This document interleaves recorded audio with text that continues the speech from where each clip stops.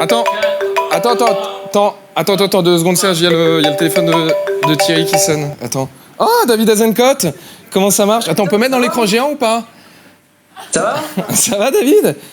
Ouais, ça va, carrément, ouais. Ben oui, qu'est-ce que je peux faire pour toi? Bah, en fait, je voulais parler à Ardisson.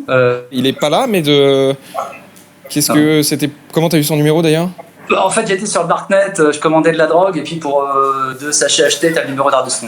D'accord, ok, très bien. Okay. Et tu voulais lui dire quoi? En fait, je voulais l'inviter à mon spectacle. Je fais une exceptionnelle Inflammable, mon spectacle, le 12 novembre à l'Européen. Voilà, donc je voulais qu'il vienne. C'est sympa, ça parle de terrorisme, religion. Tu vois, des sujets un peu légers, quoi. Je me disais que ça lui plairait. Puis, en plus, comme j'ai fait de la pub, lui aussi, tu vois, moi non plus, j'ai pas d'âme, donc je me suis dit, voilà, quoi. C'est marrant, ça a bugué sur religion. J'ai l'impression qu'il y a un truc qui... Pourquoi il s'appelle Inflammable, le spectacle? Oh, bah, parce que j'aborde des sujets, tu vois, un peu brûlants, quoi, les trucs actuels, et puis aussi parce que je suis d'obédience judaïque, donc combustible, quoi. Bon, ok, le 12 novembre à l'Européen, mais je lui dis, il n'y a pas de souci. Bon, bisous, David.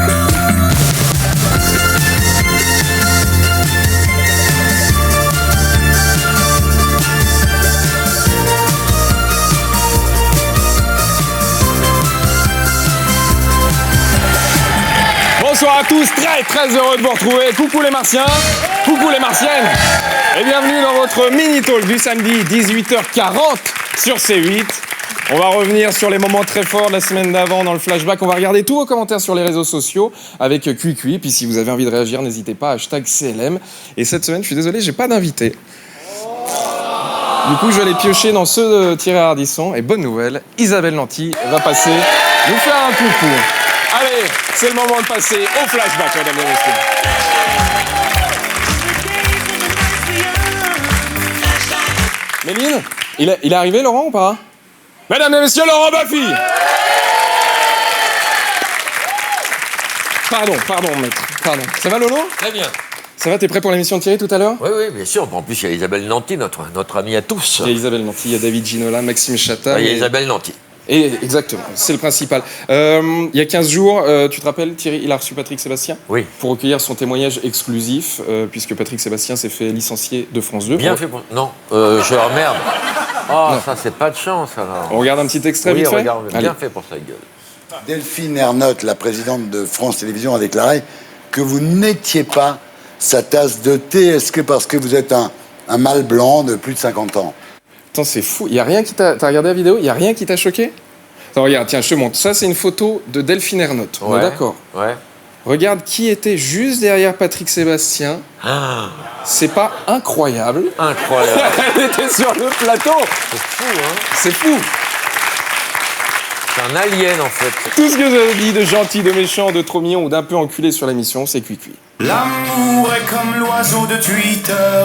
On est bleu de lui seulement pour 48 heures. La semaine dernière, il n'y avait pas d'émission parce que c'était les vacances. Mais heureusement, les téléspectateurs l'ont pas mal pris. Je zappe pour tomber sur des rediffs. J'en peux plus de ces rediffs. Ok, vous l'avez un peu mal pris. Bon, c'est pas grave. On a un autre tweet de Kevin qui dit « J'adore Laurent Baffy dans Les Terriens. Quand est-ce qu'il m'invite pour sa pièce au Splendide ?» Quand il veut, Kevin, tu es mon invité, voilà. C'est quoi la pièce au Splendide? La très jolie trilogie. D'accord. C'était élu la pièce la plus drôle du siècle. Par qui? Beaucoup de gens de ma famille. beaucoup de potes. 2 places pour Kevin, ok, très bien. On a un autre tweet, je sais pas si tu te souviens, donc voilà, quand il y a eu Patrick Sébastien, il est marqué en sous-titre « Ernotte m'a tué ». E-R. Ouais. Mais toi, tu comprends pourquoi. Mais oui, à cause d'Omar. Exactement, Omar m'a tué, Omar Haddad, etc. Voilà. Sauf qu'il y a des gens qui n'ont pas compris et qui ont gueulé. Vous pouvez corriger la faute, Ernotte m'a tué, ça pique les yeux, Ernotte m'a tué, c'est une blague ou quoi? Merde. Et le français, vous l'avez mis où? Pour une fois qu'il y a des gens qui repèrent les fautes d'orthographe sur Twitter, ils n'ont pas la référence. Putain. Et même le rédacteur en chef de l'émission a répondu, il a fait tout le service après-vente, bon comme on peut le constater, c'était à 21h50, donc sa vie sociale le samedi soir a l'air assez... Voilà, et... Un autre tweet, on a Tim qui nous dit doucement les rires en post-prod. Parce que, soi-disant, on trafique et tout. En fait, il faut expliquer aux téléspectateurs, il n'y a aucun rire qui non, il y a Patrick, le chauffeur de salle. Il y a Patrick, déjà, qui fait un travail extraordinaire, que vous pouvez applaudir. Viens.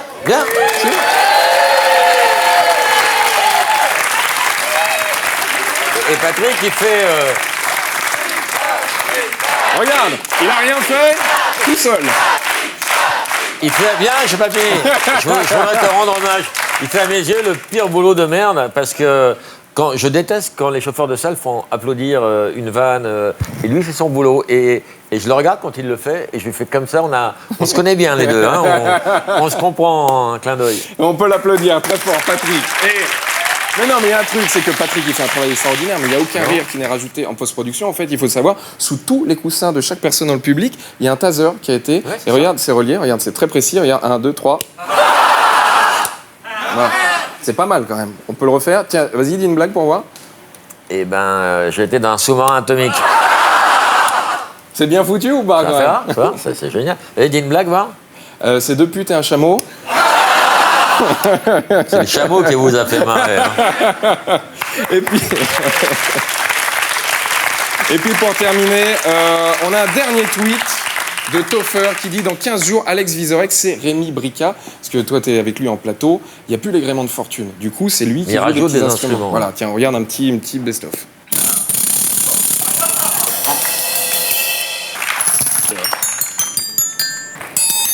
Ça rappelle un peu les gréements de fortune. Ouais. C'est bien fait. Mais je me dis, si on remixe tous ces instruments, je suis sûr que ça peut faire une super chanson. Ou pas. Regardez. Buddy, you're a boy, make a big noise, playing in the street, gonna be a big man someday. You got mud on your face, you big disgrace, kicking your can all over the place, singing we will rock you. Ça peut le faire. Ça peut le faire. Ah, attention. J'ai plus de piles. Vas-y, on le refait un coup. Eh ben non, c'était en off. Je les ai bien niqués. Hein. On peut l'applaudir, Laurent Baffy. On se retrouve tout à l'heure avec Thierry. Merci, Loulou. Et tout à l'heure, il y aura Maxime Chatham, David Ginola, Isabelle Nanty, Philippe Devilliers. Méline, elle est arrivée, Isabelle Nanty, déjà ou pas? Elle est là. Faites un maximum de bruit pour Isabelle Nanty.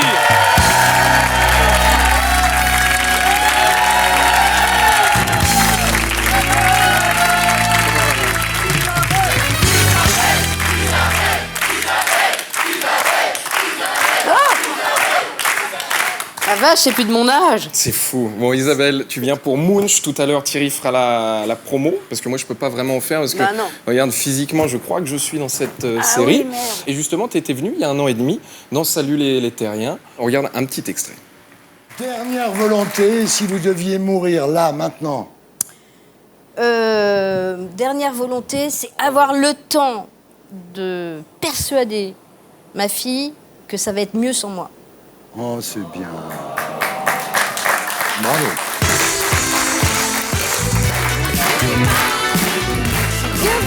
Pas du tout. Alors, c'était bizarre parce qu'il y avait un moment qui était joli. Et puis après, il y a une sorte de musique de fête foraine. C'était très bizarre. Une musique c'était- de cirque un peu. Musique de cirque, par Ouais. exemple. Regarde, ça, on peut le refaire. Voilà, là, je voulais te dire, il y a 1 mois, j'ai perdu mon grand-père. C'est très bizarre. C'est voilà, des fois, Thierry Ouais. n'a pas les bonnes musiques. Tu veux en faire un pour voir? Qu'est-ce que je pourrais te faire Un peu de douceur me guérirait, Oui. mais je sais que c'est demander beaucoup. Oh, c'est joli.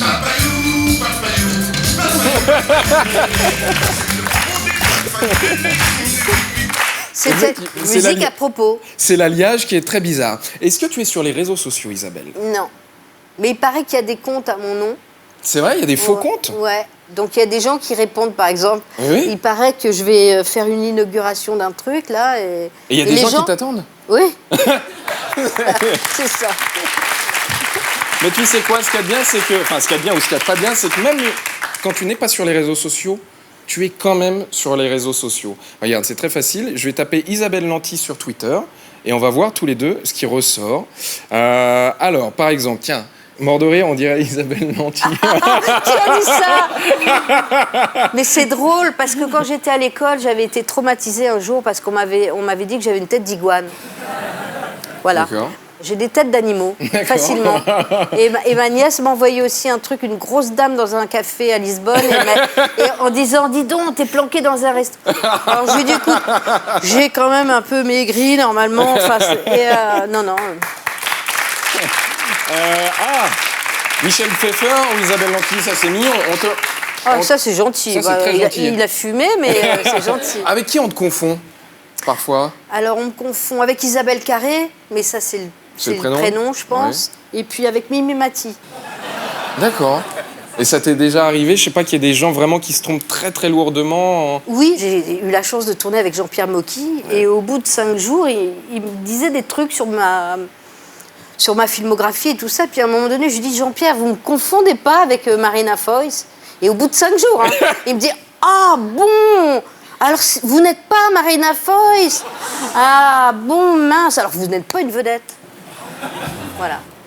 Très bizarre, ok. Tiens, une demoiselle, Audrey, qui dit Isabelle Nanty, elle est comment dans la vraie vie?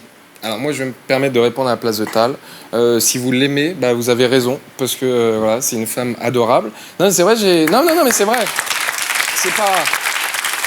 Vraiment un amour de femme. Et pour te dire, en préparant un peu les Martiens, j'ai cherché des gens qui pourraient dire des méchancetés. J'en ai pas trouvé, c'est du 100% y en a de réussite. Qui pourraient en dire, parce que... Je viens de recevoir un message. Ah, merde. Un reproche. J'ai peut-être trouvé quelqu'un qui pourrait dire du mal de toi. Vas-y. On regarde. Gna gna gna, Isabelle Nanty, elle est géniale, Isabelle Nanty, elle joue bien, mais qu'est-ce qu'elle est gentille, c'est Sœur Teresa, Isabelle, non, tout le monde en dit du bien, moi non, je peux en penser que du mal.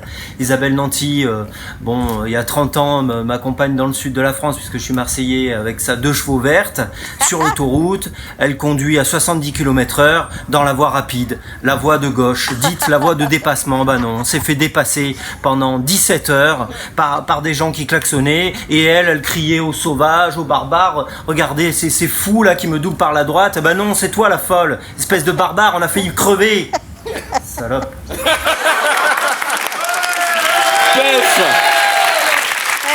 T'as des problèmes de moi voiture? j'ai arrêté de conduire, j'ai arrêté de conduire parce que il y a eu une sorte de plébiscite familial et ils m'ont supplié de ne plus conduire. Un jour j'ai emmené mon cousin qui avait une assez grave maladie et qui luttait un petit peu pour rester en forme et il m'a dit le retour c'est moi qui le fais. Voilà. Et il n'était pas en forme. Je dis, pourquoi? Il me dit, écoute, je suis pas en train de me battre comme ça pour me sortir de cette putain de maladie, pour finir sur un platane. Ouais. Merci beaucoup, Isabelle. Tout à l'heure chez Thierry. Ouais. Merci beaucoup. Retrouvez Isabelle Nanty tout à l'heure chez Thierry avec David Ginola, Maxime Chatham, Philippe de Villiers. Thierry, il arrive dans quelques instants. Ne bougez pas. Salut les terriens du samedi. Avec nous ce soir, le Walt Disney de Vendée, l'homme du Puy du Fou, désormais écrivain pour son livre sur Clovis, Philippe de Villiers. La France a un incroyable animateur, c'est David Ginola. 65 millions de spectateurs en 13 films et une série télé à 5 millions l'épisode. Elle a gagné au loto, Isabelle Nanty. L'écrivain qui fait peur à tout le monde, sauf à Faustine Bollard, Maxime Chatham. Et aussi la battle, les Moix d'or et les impôts de Viso. 7 milliards de terriens, et c'est lui que j'ai choisi pour l'Art Review. J'accueille Philippe de Villiers.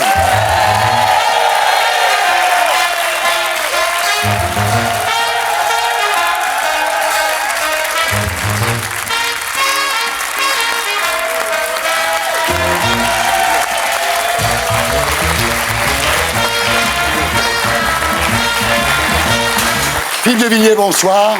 Bonsoir. Avant de commencer l'interview, d'abord, pour tous ces jeunes qui ne savent pas obligatoirement qui vous êtes, le magnéto de Blacko, Serge.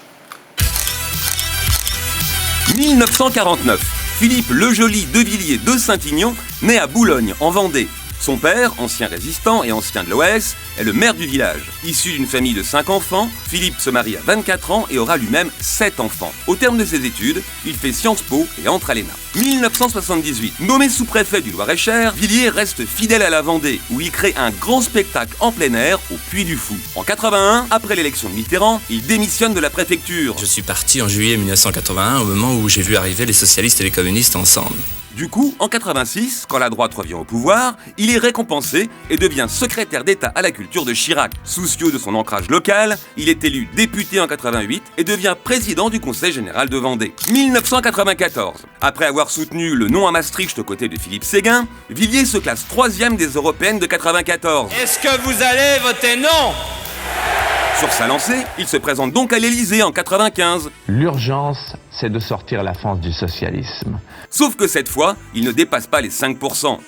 Après avoir contribué à la victoire du non au référendum de 2005, en dénonçant les plombiers polonais, il se présente à l'Élysée en 2007. Le communautarisme menace l'unité de la République. Mais ne dépasse pas les 3%. Le vicomte de Villiers règne donc sur la Vendée, mais trébuche devant le trône de France. 2010. Atteint d'un cancer à l'œil, Villiers quitte la vie politique. En revanche, il garde la main sur le Puy du Fou qui, en 2017, sera désigné au pays de Mickey comme le meilleur parc d'attractions au monde.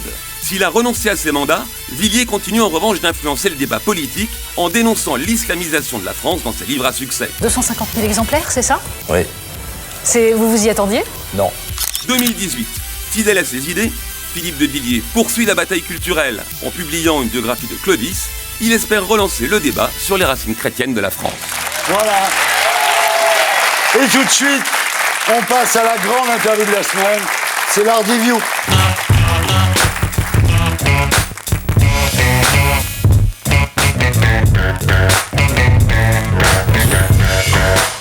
Alors Philippe de Villiers, rebonsoir. Vous êtes rare en télévision. Vous n'aimez pas les caméras? Non, c'est pas naturel de se faire maquiller. Ouais. Alors, vous êtes rare aussi en politique. Vous préférez la métapolitique. C'est diffuser ses idées avec d'autres instruments que l'exercice du pouvoir. Vous le faites avec vos livres. Le dernier s'appelle Le Mystère Clovis. C'est publié chez Albin Michel. Nous en parlerons. Nous parlerons aussi du succès mondial du Puy du Fou. Mais avant, je voudrais revenir sur votre carrière politique.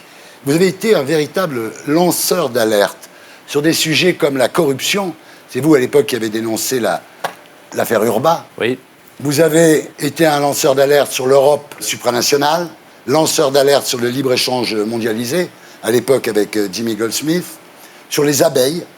Vous avez été un des premiers à parler du gaucho et du régent, lanceur d'alerte sur l'islamisation de la France. Vous avez été le premier à dire ce que Gérard Collomb a répété sur le perron de Beauvau, c'est-à-dire on va passer du côte à côte au face-à-face. Voilà, vous avez pratiquement été le premier à aborder ces sujets qui aujourd'hui font l'actualité. Oui, mais sauf que on a toujours tort d'avoir raison trop tôt. Et en fait, j'avais à chaque fois 10 ans d'avance. Je me souviens des abeilles, par exemple, j'avais repris la phrase d'Einstein, quand les abeilles meurent, les jours de l'homme sont comptés. Ouais. C'était en 2004. Alors, vous étiez en avance, ça c'est la première raison. Oui. Puis peut-être vous aviez peur un peu, parce qu'à l'époque, c'était un discours qui était absolument inaudible dans les médias. La question que vous êtes en train de me poser, au fond, c'est pourquoi je n'ai pas réussi. Oui. Là où d'autres ont réussi. Oui. La première raison, effectivement, c'est que ce que je disais à l'époque était inaudible et aujourd'hui apparaît comme une coulée de bon sens. La deuxième raison, c'est que je n'avais pas d'argent. Tout à l'heure, sur le petit reportage, vous parlez de 1995. Je n'oublie pas, ma femme non plus, qu'en 1995, j'ai hypothéqué ma maison. Ouais. Moi, je n'avais pas les emplois fictifs de la mairie de Paris, je n'avais pas les marchés en Inde, je n'avais pas Big Malion, je n'avais pas tout ça.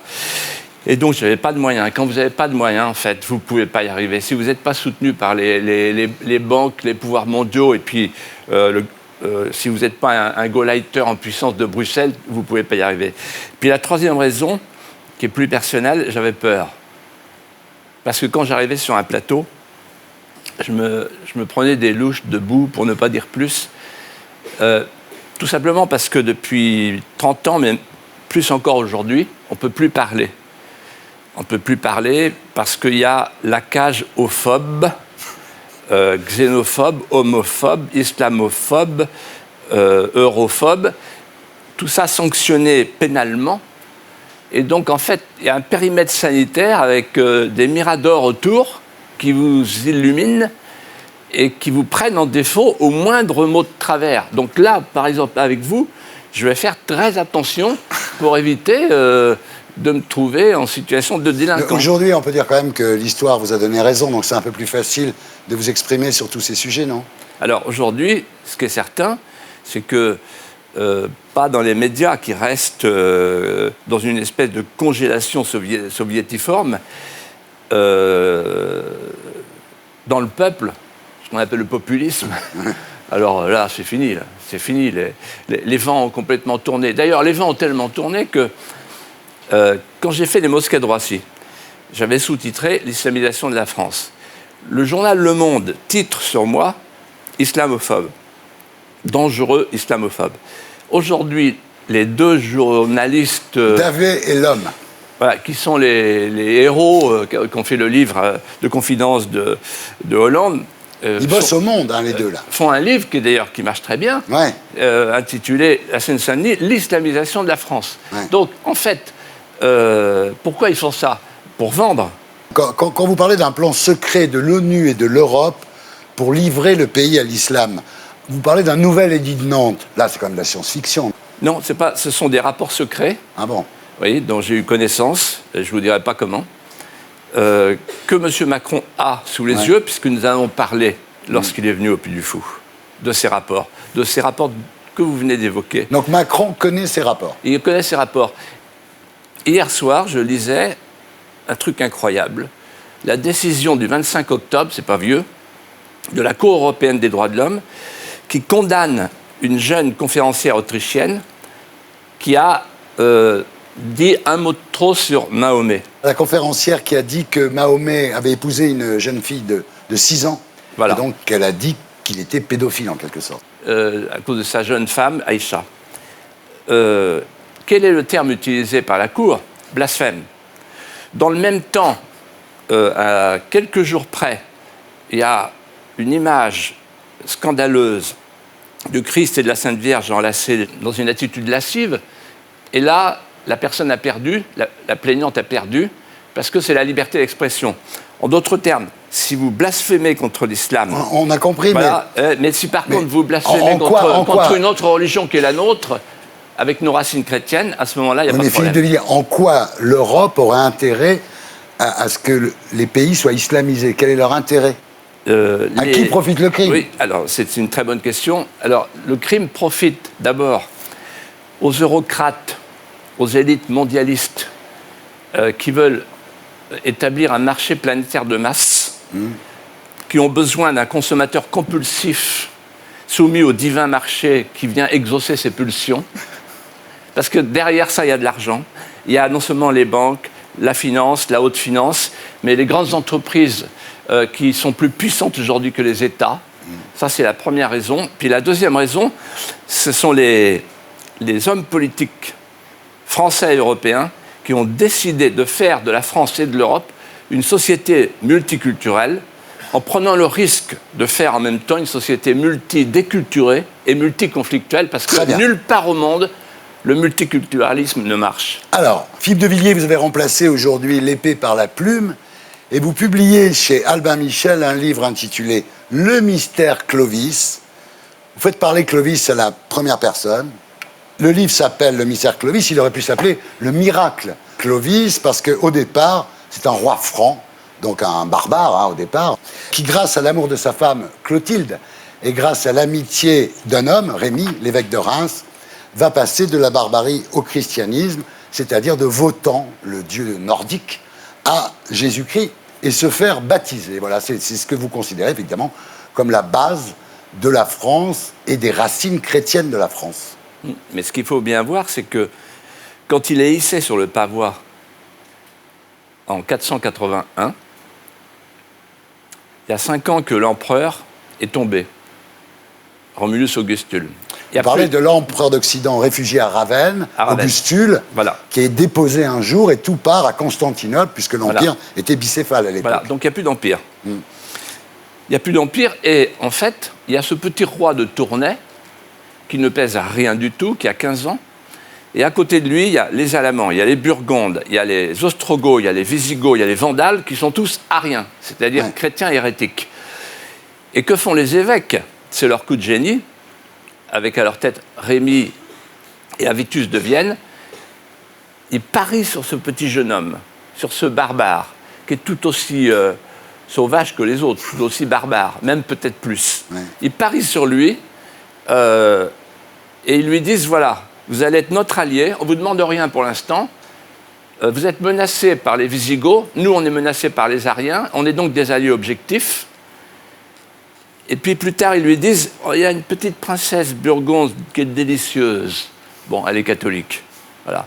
Et donc ils mettent dans son lit la petite princesse burgonde qui est délicieuse et catholique.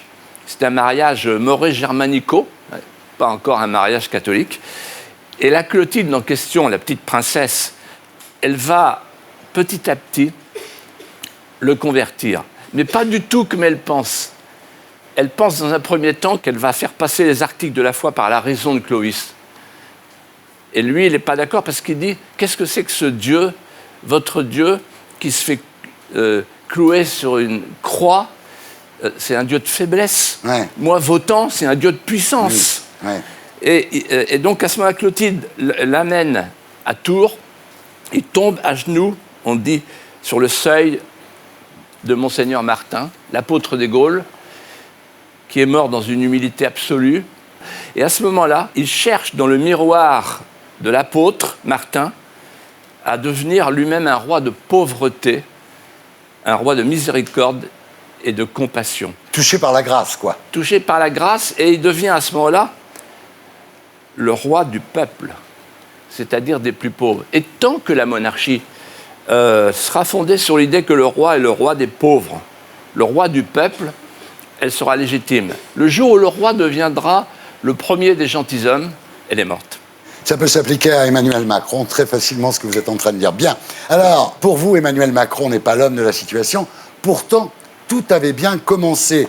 Il est allé vous voir au Puy du Fou avec Brigitte Macron, qui vous adore. Parce que vous dites, Brigitte Macron a un faible culturel pour la France des clochers, des semailles, des moissons. Donc là, évidemment, vous vous retrouvez là-dessus. Et puis, vous faites rire Macron. Macron vous aime bien, vous le faites marrer, etc.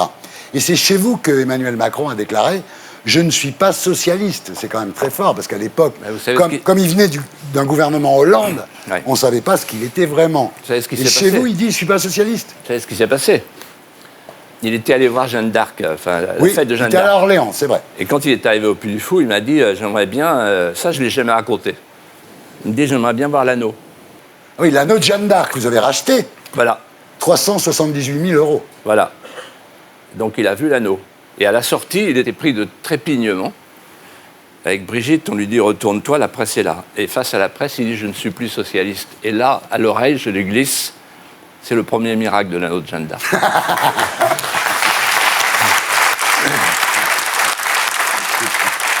Alors, quand vous lui parlez de la fonction symbolique du président, le corps sacré du roi, hein, il se tourne vers Brigitte, il dit ah bah, il a raison là, ce qu'il dit. Quand vous lui dites que le multiculturalisme est une menace, il se tourne vers Brigitte, il dit ah bah là il a raison, hein, voilà. L'intronisation au Louvre, formidable. Il avait retrouvé cette dimension qui manquait tant à Sarkozy, à Hollande et aux autres, qu'on n'avait pas connu depuis le général de Gaulle. Il reçoit Poutine et Trump à Versailles, plutôt bien. Tout ça, vous dites, tiens, il va dans le bon sens. Il habite le corps du roi, effectivement. Et puis, il y a l'affaire Benalla. Là, c'est quand même un choc pour tout le monde, pas que pour vous, hein, pour tous les Français, pour tous les gens qui espéraient dans une présidence Macron. Ensuite, il y a les transsexuels sur le perron de l'Élysée. Et puis, il y a le doigt d'honneur aux Antilles, où quand même, là, il s'accroche à ce repris de justice, en fait. On apprendra d'ailleurs 4 jours plus tard que le mec a été re-arrêté dans une affaire de trafic de drogue. Et là, vous découvrez qu'Emmanuel Macron n'habite pas la fonction présidentielle, il habite juste l'Élysée. Oui, c'est-à-dire que, en fait, l'homme que j'ai vu au Puy du Fou n'est pas le même Macron. Donc je ne sais pas quel est le vrai Macron. Ouais. Est-ce qu'il jouait au Puy du Fou ? Ou est-ce qu'il joue maintenant ? Ou est-ce qu'il est prisonnier de Bruxelles et du mondialisme Rothschild qu'il retrouve ? Il y a un peu de doute quand même qu'il soit un peu le fondé de pouvoir de Goldman Sachs. Moi, je lui fais 2 reproches. Il est devenu le fondé de pouvoir de Bruxelles. comme il était le fondé de pouvoir de Rothschild. C'est à peu près la même chose, parce que ça veut dire qu'en fait, il est d'accord pour liquider la France, l'État, la souveraineté, les frontières et l'identité. Et la deuxième chose, plus grave encore, c'est qu'il veut préparer la France à la partition. Sinon, il n'aurait pas choisi comme ministre de l'Intérieur Castaner. Castaner, je l'ai vu ici à cette place. Ouais. Face à il vous. était là à votre et vous place, lui oui. demandez, vous, naïvement, sur le mode de l'humour, en espérant une réponse un peu conceptuelle, qu'est-ce que vous n'aimez pas chez vous? On s'attend à ce qu'ils disent, je ne sais pas, la lecture, l'expression orale, ma manière de faire les phrases. Bon, c'est dérisoire, mais au moins, ça ne mange pas de pain. Il vous répond, mes fesses. C'est vrai. Et là, je me suis dit, on a touché le fond. Je me suis dit, non. Je me suis dit, j'irai jamais chez Ardisson parce que j'adore mes fesses. En 2022, face à Marine Le Pen, c'est Macron qui va gagner quand même. C'est-à-dire que les choses sont faites de telle façon qu'à un moment, tout le monde va voter contre Marine Le Pen, qui, il faut bien le dire, quand on l'a vu dans le débat contre Macron, n'a pas été extraordinaire. Et on a des doutes quant à sa capacité de diriger le pays. Est-ce que vous pensez que Macron pourrait se trouver face à Marion Maréchal Le Pen? Et est-ce que si Macron est face à Marion Maréchal Le Pen, elle a une chance? Alors, je vais vous dire, là, vraiment, l'expérience d'il y a 16 mois, là, l'expérience de la dernière présidentielle, devrait, vous et moi, et nous tous, nous vacciner. On est dans l'imprévisible. On sent que l'histoire s'accélère. Ouais. Ils ont mis 500 ans, la décadence romaine. Nous, on a mis 50 ans. Ouais. Tout va plus vite. On est plus performant. Même la décadence. Eh bien, là, en fait, ça va très vite. Ça va très vite. Moi, je pense que si Emmanuel Macron, je le lui ai dit et je lui redis, parce que je pense qu'il va nous regarder, je lui dis, Emmanuel, si tu ne fais pas face au choc identitaire, à la désagrégation de la France, tout de suite, si tu ne donnes pas des signes à tous les Français qui sont aujourd'hui entre le désespoir et le désarroi, tu seras balayé. Voilà. Emmanuel Macron, qui est parti quelques jours en vacances, ce qui peut lui donner le temps de la réflexion, finalement. Alors, raison de se réjouir quand même, le Puy du Fou, c'est votre grande réussite, parce qu'en politique, vous l'avez dit, vous avez eu beaucoup de mal à faire passer vos idées. Le Puy du Fou, c'est dingue. C'est-à-dire que maintenant, les mômes, ils achètent des masques de Clovis plutôt que des masques de Mickey. Alors, c'est un succès colossal, donc 9% d'augmentation par an depuis 2013. Vous avez été récompensé 12 fois dans le monde et vous avez gagné donc le Hall of Fame. C'est-à-dire qu'aux États-Unis, vous avez eu un award comme le meilleur parc mondial. Alors, bientôt, vous allez exporter votre savoir-faire en Espagne, à Tolède, en Chine, et vous avez voulu exporter votre savoir-faire en Russie. Et là, j'en reviens pas, c'est incroyable. C'est-à-dire que vous avez été convoqué à Bercy, et on vous a dit, si vous développez un parc genre Puy du Fou en Crimée, c'est le pénal. C'est-à-dire vous allez au tribunal. C'est quoi cette histoire? En fait, j'ai été appelé par Vladimir Poutine, président de la Russie, qui m'a accueilli, qui m'a dit, voilà, je veux faire un Puy du Fou, je ne veux pas faire Disneyland. Je veux un Puy du Fou sur l'histoire de la Russie, est-ce que vous êtes d'accord pour faire ça? Je dis d'accord. Et puis, quelques semaines après, ou quelques mois après, Bercy m'a convoqué pour me dire, attention, c'est pénal. Pourquoi c'est pénal? Parce qu'il y a des sanctions contre la Russie. À cause de l'invasion de la Crimée, en fait, c'est ça? À cause de l'invasion de la Crimée. Et à cause, pas de l'invasion d'ailleurs, parce que la Crimée est russe. Oui, depuis longtemps.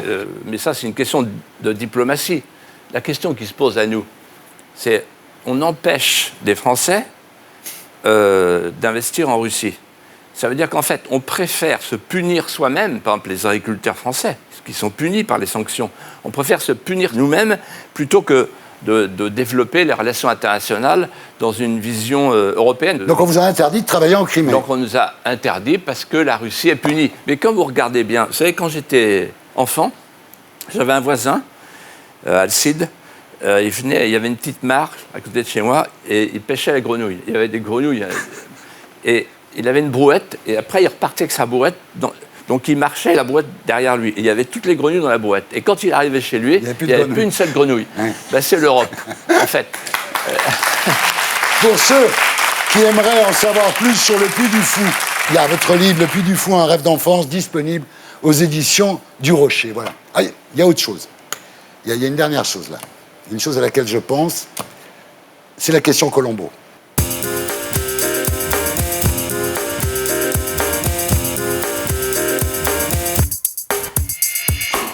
Alors, Philippe de Villiers, vous êtes extrêmement angoissé par l'avenir.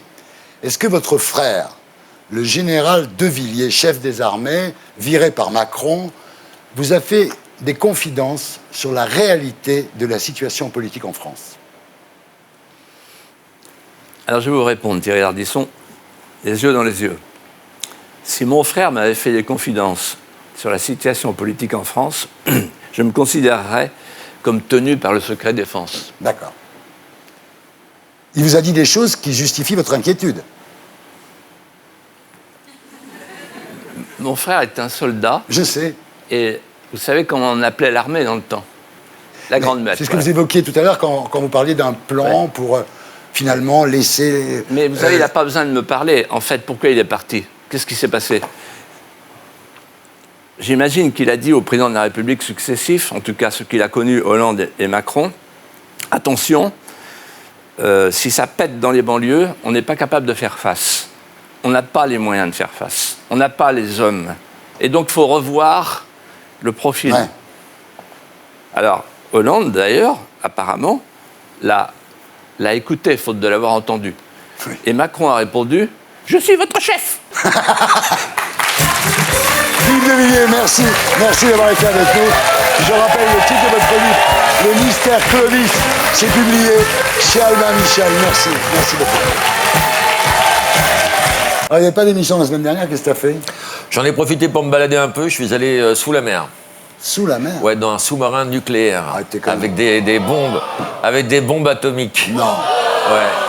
Qui est-ce qui t'a fait rentrer là-bas? C'est Drucker qui a voulu que je sois invité dans une émission. Moi, comme un con, j'ai cru qu'il serait là, qu'on pourrait papoter. Il n'est pas con, Drucker, lui, il n'est pas venu. Hein. Et je me suis retrouvé tout seul. Ouais. Mais ça fait quelle impression dans un sous-marin nucléaire? Ben, ça fait peur, c'est angoissant. Et puis, bah oui, parce que tu as le réacteur nucléaire au cul. Au centre, il y a la cathédrale avec toutes les bombes atomiques et tout le monde qui fume des joints autour. C'est très, très bizarre, quoi.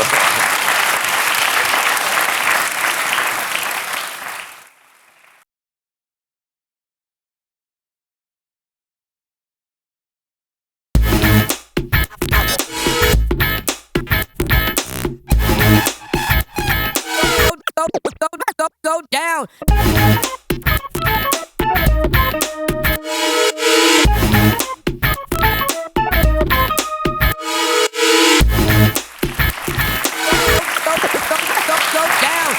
Salut les câlins du samedi. Bienvenue dans l'émission qui vous aide à vous faire votre panthéon en compagnie de Laurent Baffy. Et tout de suite, j'accueille Yann Moix.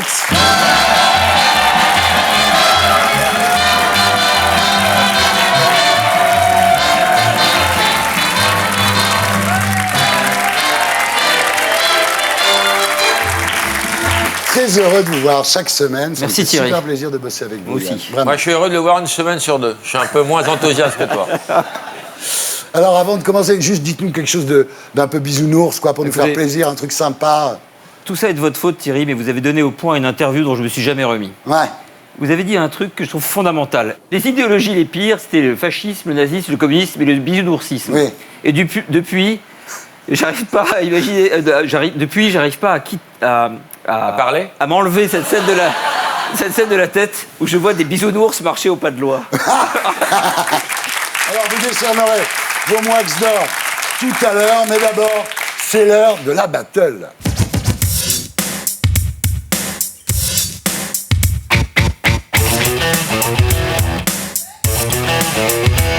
Alors, battle de ce soir, violence à l'école, le tsunami, hashtag pas de vague, avec Laetitia Avia, Barbara Lefer, Nora Bussini et Nicolas Noto.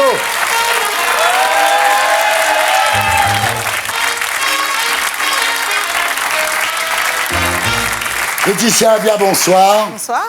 Vous êtes députée La République En Marche de Paris. Bienvenue parmi nous.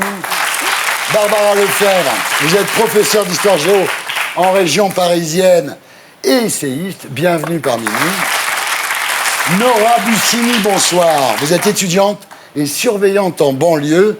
Vous avez fait de votre quotidien des chroniques dans Le Point et un livre publié chez Favre qui s'appelle Survaillante. Bienvenue parmi nous. Nicolas Noto, bonsoir. Vous êtes professeur d'histoire géo à Béziers, délégué national de l'Union nationale des syndicats autonomes, section enseignants. Bienvenue parmi nous. Mais d'abord, l'édito de Blacko, Magnéto Serge.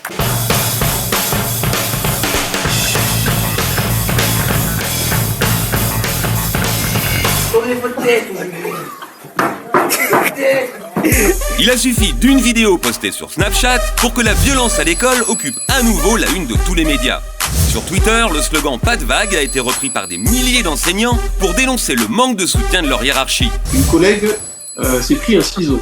La réaction de l'administration, la première chose qu'on lui a dit, c'est « Mais les ciseaux, ils étaient à bout rond ou à bout pointu ?» Sommet de réagir, le gouvernement lance donc un plan de lutte contre les violences scolaires. Mais peut-on régler dans l'urgence un problème qui dure depuis bientôt 30 ans ? On a vécu des décennies en mettant les problèmes sous le tapis, et puis maintenant il faudrait d'un seul coup considérer qu'on doit être dans une logique totalement sécuritaire. Non. En effet, en octobre 90, Le Monde publiait déjà un article intitulé « Violence dans les lycées de banlieue, les enseignants rompent la loi du silence ». Apparemment, 30 ans plus tard, on en est toujours au même point. Alors, Blanquer propose-t-il vraiment quelque chose de nouveau ? Je ne découvre pas le problème, nous avons commencé à agir depuis 17 mois. Sa priorité, c'est que toutes les violences contre les professeurs soient sanctionnées. Chaque fait signalé doit faire l'objet d'une sanction. Cette sanction doit être éducative et on ne doit pas avoir peur de faire des conseils de discipline. Bonne idée. Le problème, c'est qu'en 99, le ministre de l'Éducation, Claude Allègre, faisait exactement la même promesse. Toute agression sur un enseignant sera poursuivie automatiquement, que l'enseignant porte plainte ou pas. Je veux absolument une protection des enseignants. L'autre mesure phare annoncée par le gouvernement, c'est la possibilité d'avoir recours à la police ou à l'armée pour renforcer la sécurité dans les écoles. Je n'exclus pas la possibilité de présence à des moments de tension particulière dans la journée, de présence physique de forces de l'ordre. Sauf qu'en 2005, après qu'une enseignante avait été poignardée à Étampes, le ministre de l'Éducation proposait exactement la même chose. Gilles de Robien l'a dit hier sur notre plateau, il veut faire entrer des policiers ou des magistrats dans les établissements scolaires. Bref, les plans d'urgence contre la violence à l'école s'accumulent sans que rien ne change. Ainsi, selon l'étude PISA 2015, la France se classe 71e sur 72 pour ce qui est de la discipline en classe. Résultat, le niveau scolaire est en baisse, l'éducation nationale a du mal à recruter. L'éducation nationale recrute. Rejoignez-nous. Et de plus en plus de parents inscrivent leurs enfants dans le privé. Très peu de parents choisissent le privé en premier choix, c'est vraiment parce que le public ne répond pas à leurs attentes. Alors bien sûr, il faut espérer que le nouveau plan contre la violence à l'école inversera la tendance. Sauf qu'après 30 ans d'impuissance des pouvoirs publics, il est permis d'en douter.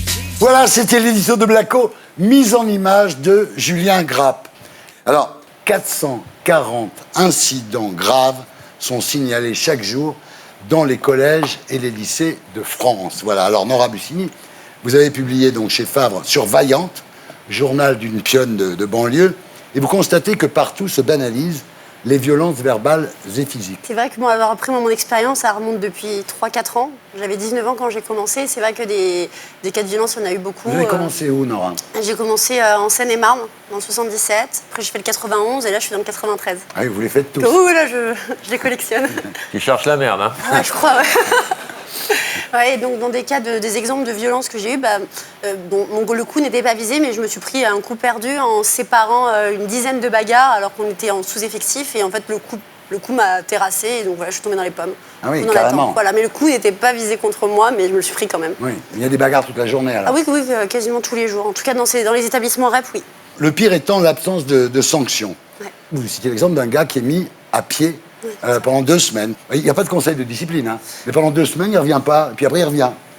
En fait, ce qui s'est passé, c'est que nous, notre établissement, le chef d'établissement nous a, entre guillemets, punis pendant quelques mois de sanctions, parce qu'il en avait assez de gérer tous les rapports, il était fatigué. Puis les conseils de discipline, ça se termine tard le soir, il avait des dîners, comme il nous l'a dit. Donc au bout d'un mois, il en avait un petit peu marre. Donc on a été puni de sanctions. Et sinon, c'est vrai que c'est beaucoup d'exclusions temporaires. Et les conseils de discipline se font, hélas, très rares. Très rares. En plus, ils ne servent pas grand-chose, à mon avis.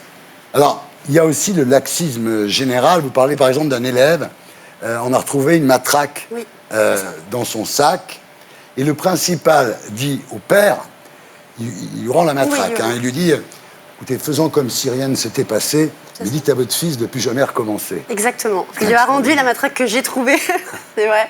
Alors que ce jour-là, j'ai failli démissionner, je me suis dit, je vais quand même porter cette matraque, je vais dénoncer ce qui s'est passé, il lui a rendu. Mais pourquoi un tel laxisme? Parce qu'ils ne veulent pas que l'établissement soit mal noté. Déjà, le fait que l'établissement soit mal noté, si le chef d'établissement a des perspectives de carrière qui continuent, s'il approche de la retraite, généralement, c'est que pas de vague, je pense que l'hashtag est bien trouvé.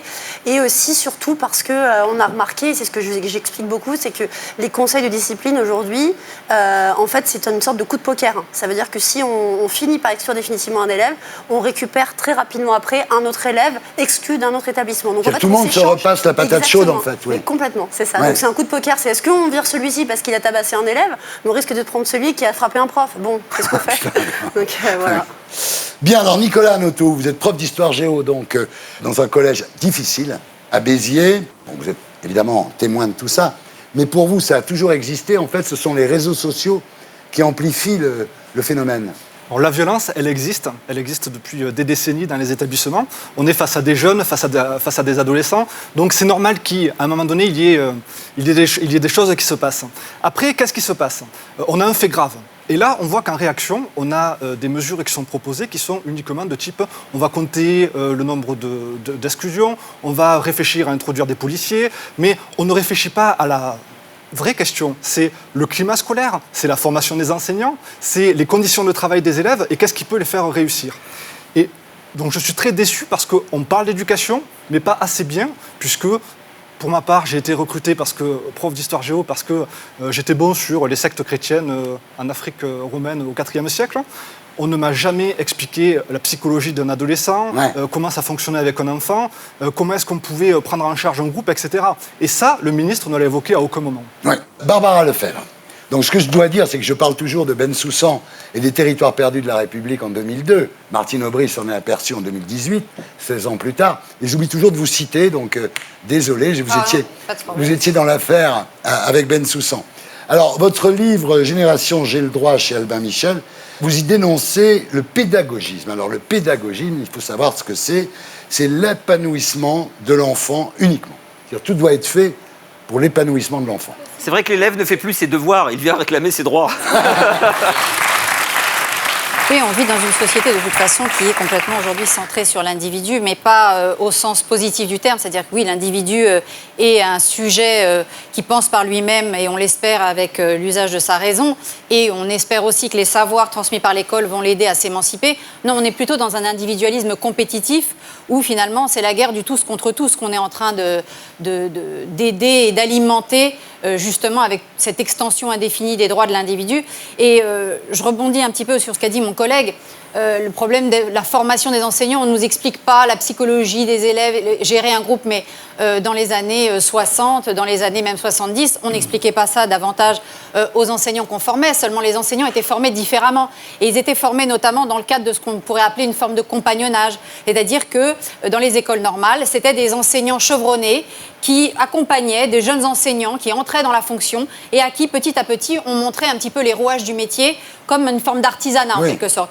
Mais entre-temps, effectivement, on a décidé dans les années 80, à partir des années 80, et ça a pris une ampleur phénoménale dans les années 90, de confier la formation des enseignants à ces pédagogistes, justement, à ces gens, ces grands théoriciens des sciences de l'éducation. Et en fait, on se rend bien compte que tout ça, c'est complètement fumeux, que le métier d'enseignant, c'est un métier qui s'apprend aussi sur le tas, au fil des jours, au fil des classes, selon les établissements dans lesquels on est. Alors, vous parlez de la lâcheté des adultes, évidemment, et aussi du clientélisme. Vous citez l'exemple de l'adjoint d'un principal de collège qui achetait la paix sociale avec des canettes de soda qu'il donnait aux petits caïds, en fait. Oui, oui, tout à fait. Moi, j'ai assisté, par exemple, bien des anecdotes que raconte Nora dans son ouvrage. Je les ai vues en tant qu'enseignante. J'ai vu 2 élèves prendre à bras-le-corps le bureau du principal et lui jeter à la figure. Tout a été remis en place et on nous a expliqué qu'elles avaient des problèmes personnels, familiaux. Et le chef d'établissement adjoint, effectivement, lui distribuait des paquets de Haribo et des Tagada, des fraises Tagada, pour essayer d'apaiser la situation. Mais en réalité, il ne cherchait qu'à s'acheter la paix sociale des petits caïds du collège, qui étaient d'ailleurs les petits caïds qui trafiquaient la drogue aux alentours du collège aussi. Bien. Alors, Laetitia Avia, donc vous êtes députée La République En Marche. Christophe Castaner, ministre de l'Intérieur, a proposé de mettre la police dans les collèges et les lycées. Nicole Belloubet, donc, elle n'est pas très chaude. Est-ce que vous pensez qu'en mettant des flics dans les écoles, ça va s'arranger?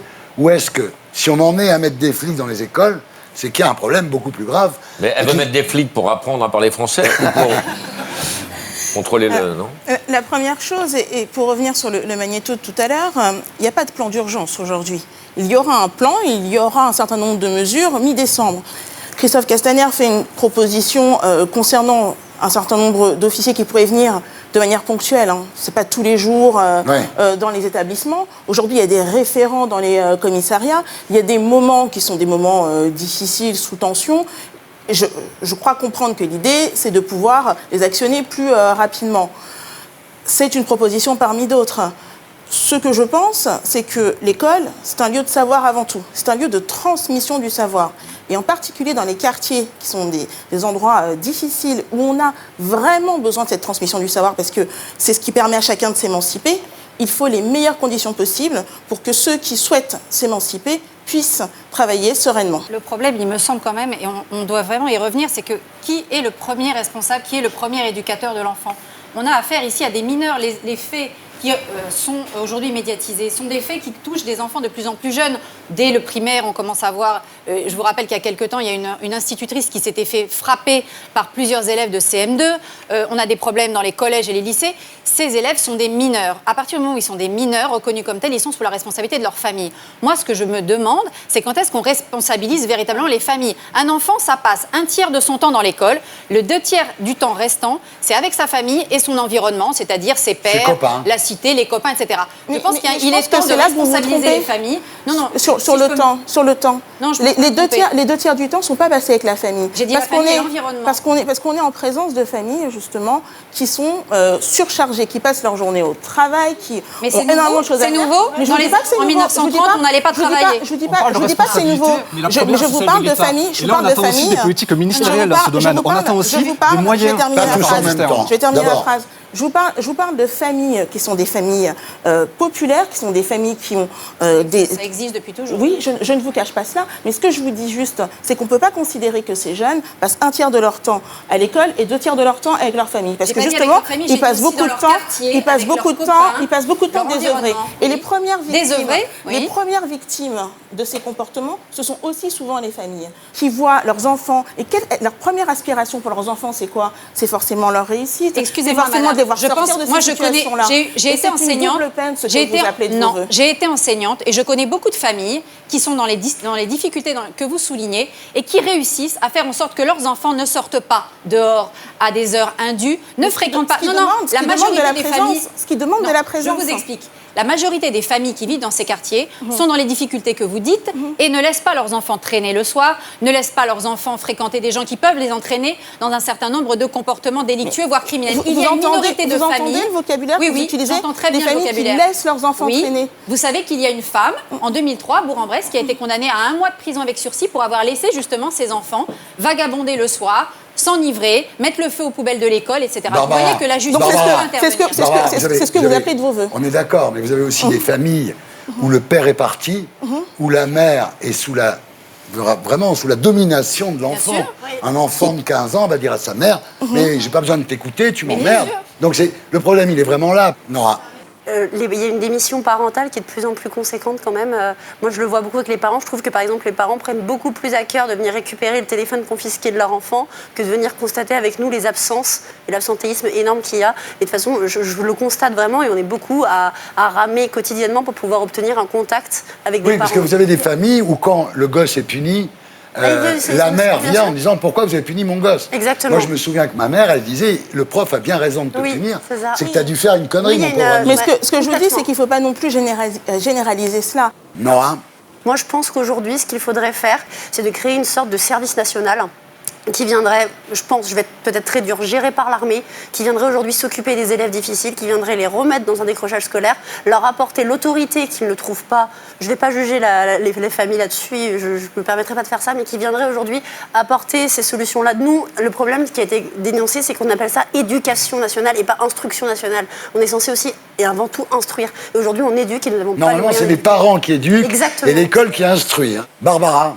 Il va falloir absolument reformer notre modèle de nation. C'est-à-dire qu'aujourd'hui, on est devant un délitement complet de ce qui a fait la nation, et l'école de la République était là justement pour fabriquer cette nation. Or aujourd'hui, on voit bien, elle est incapable de créer, de générer ce sentiment d'appartenance collective parce qu'on n'a plus en partage une culture et une histoire commune, quoi qu'on en dise. Et pourquoi ?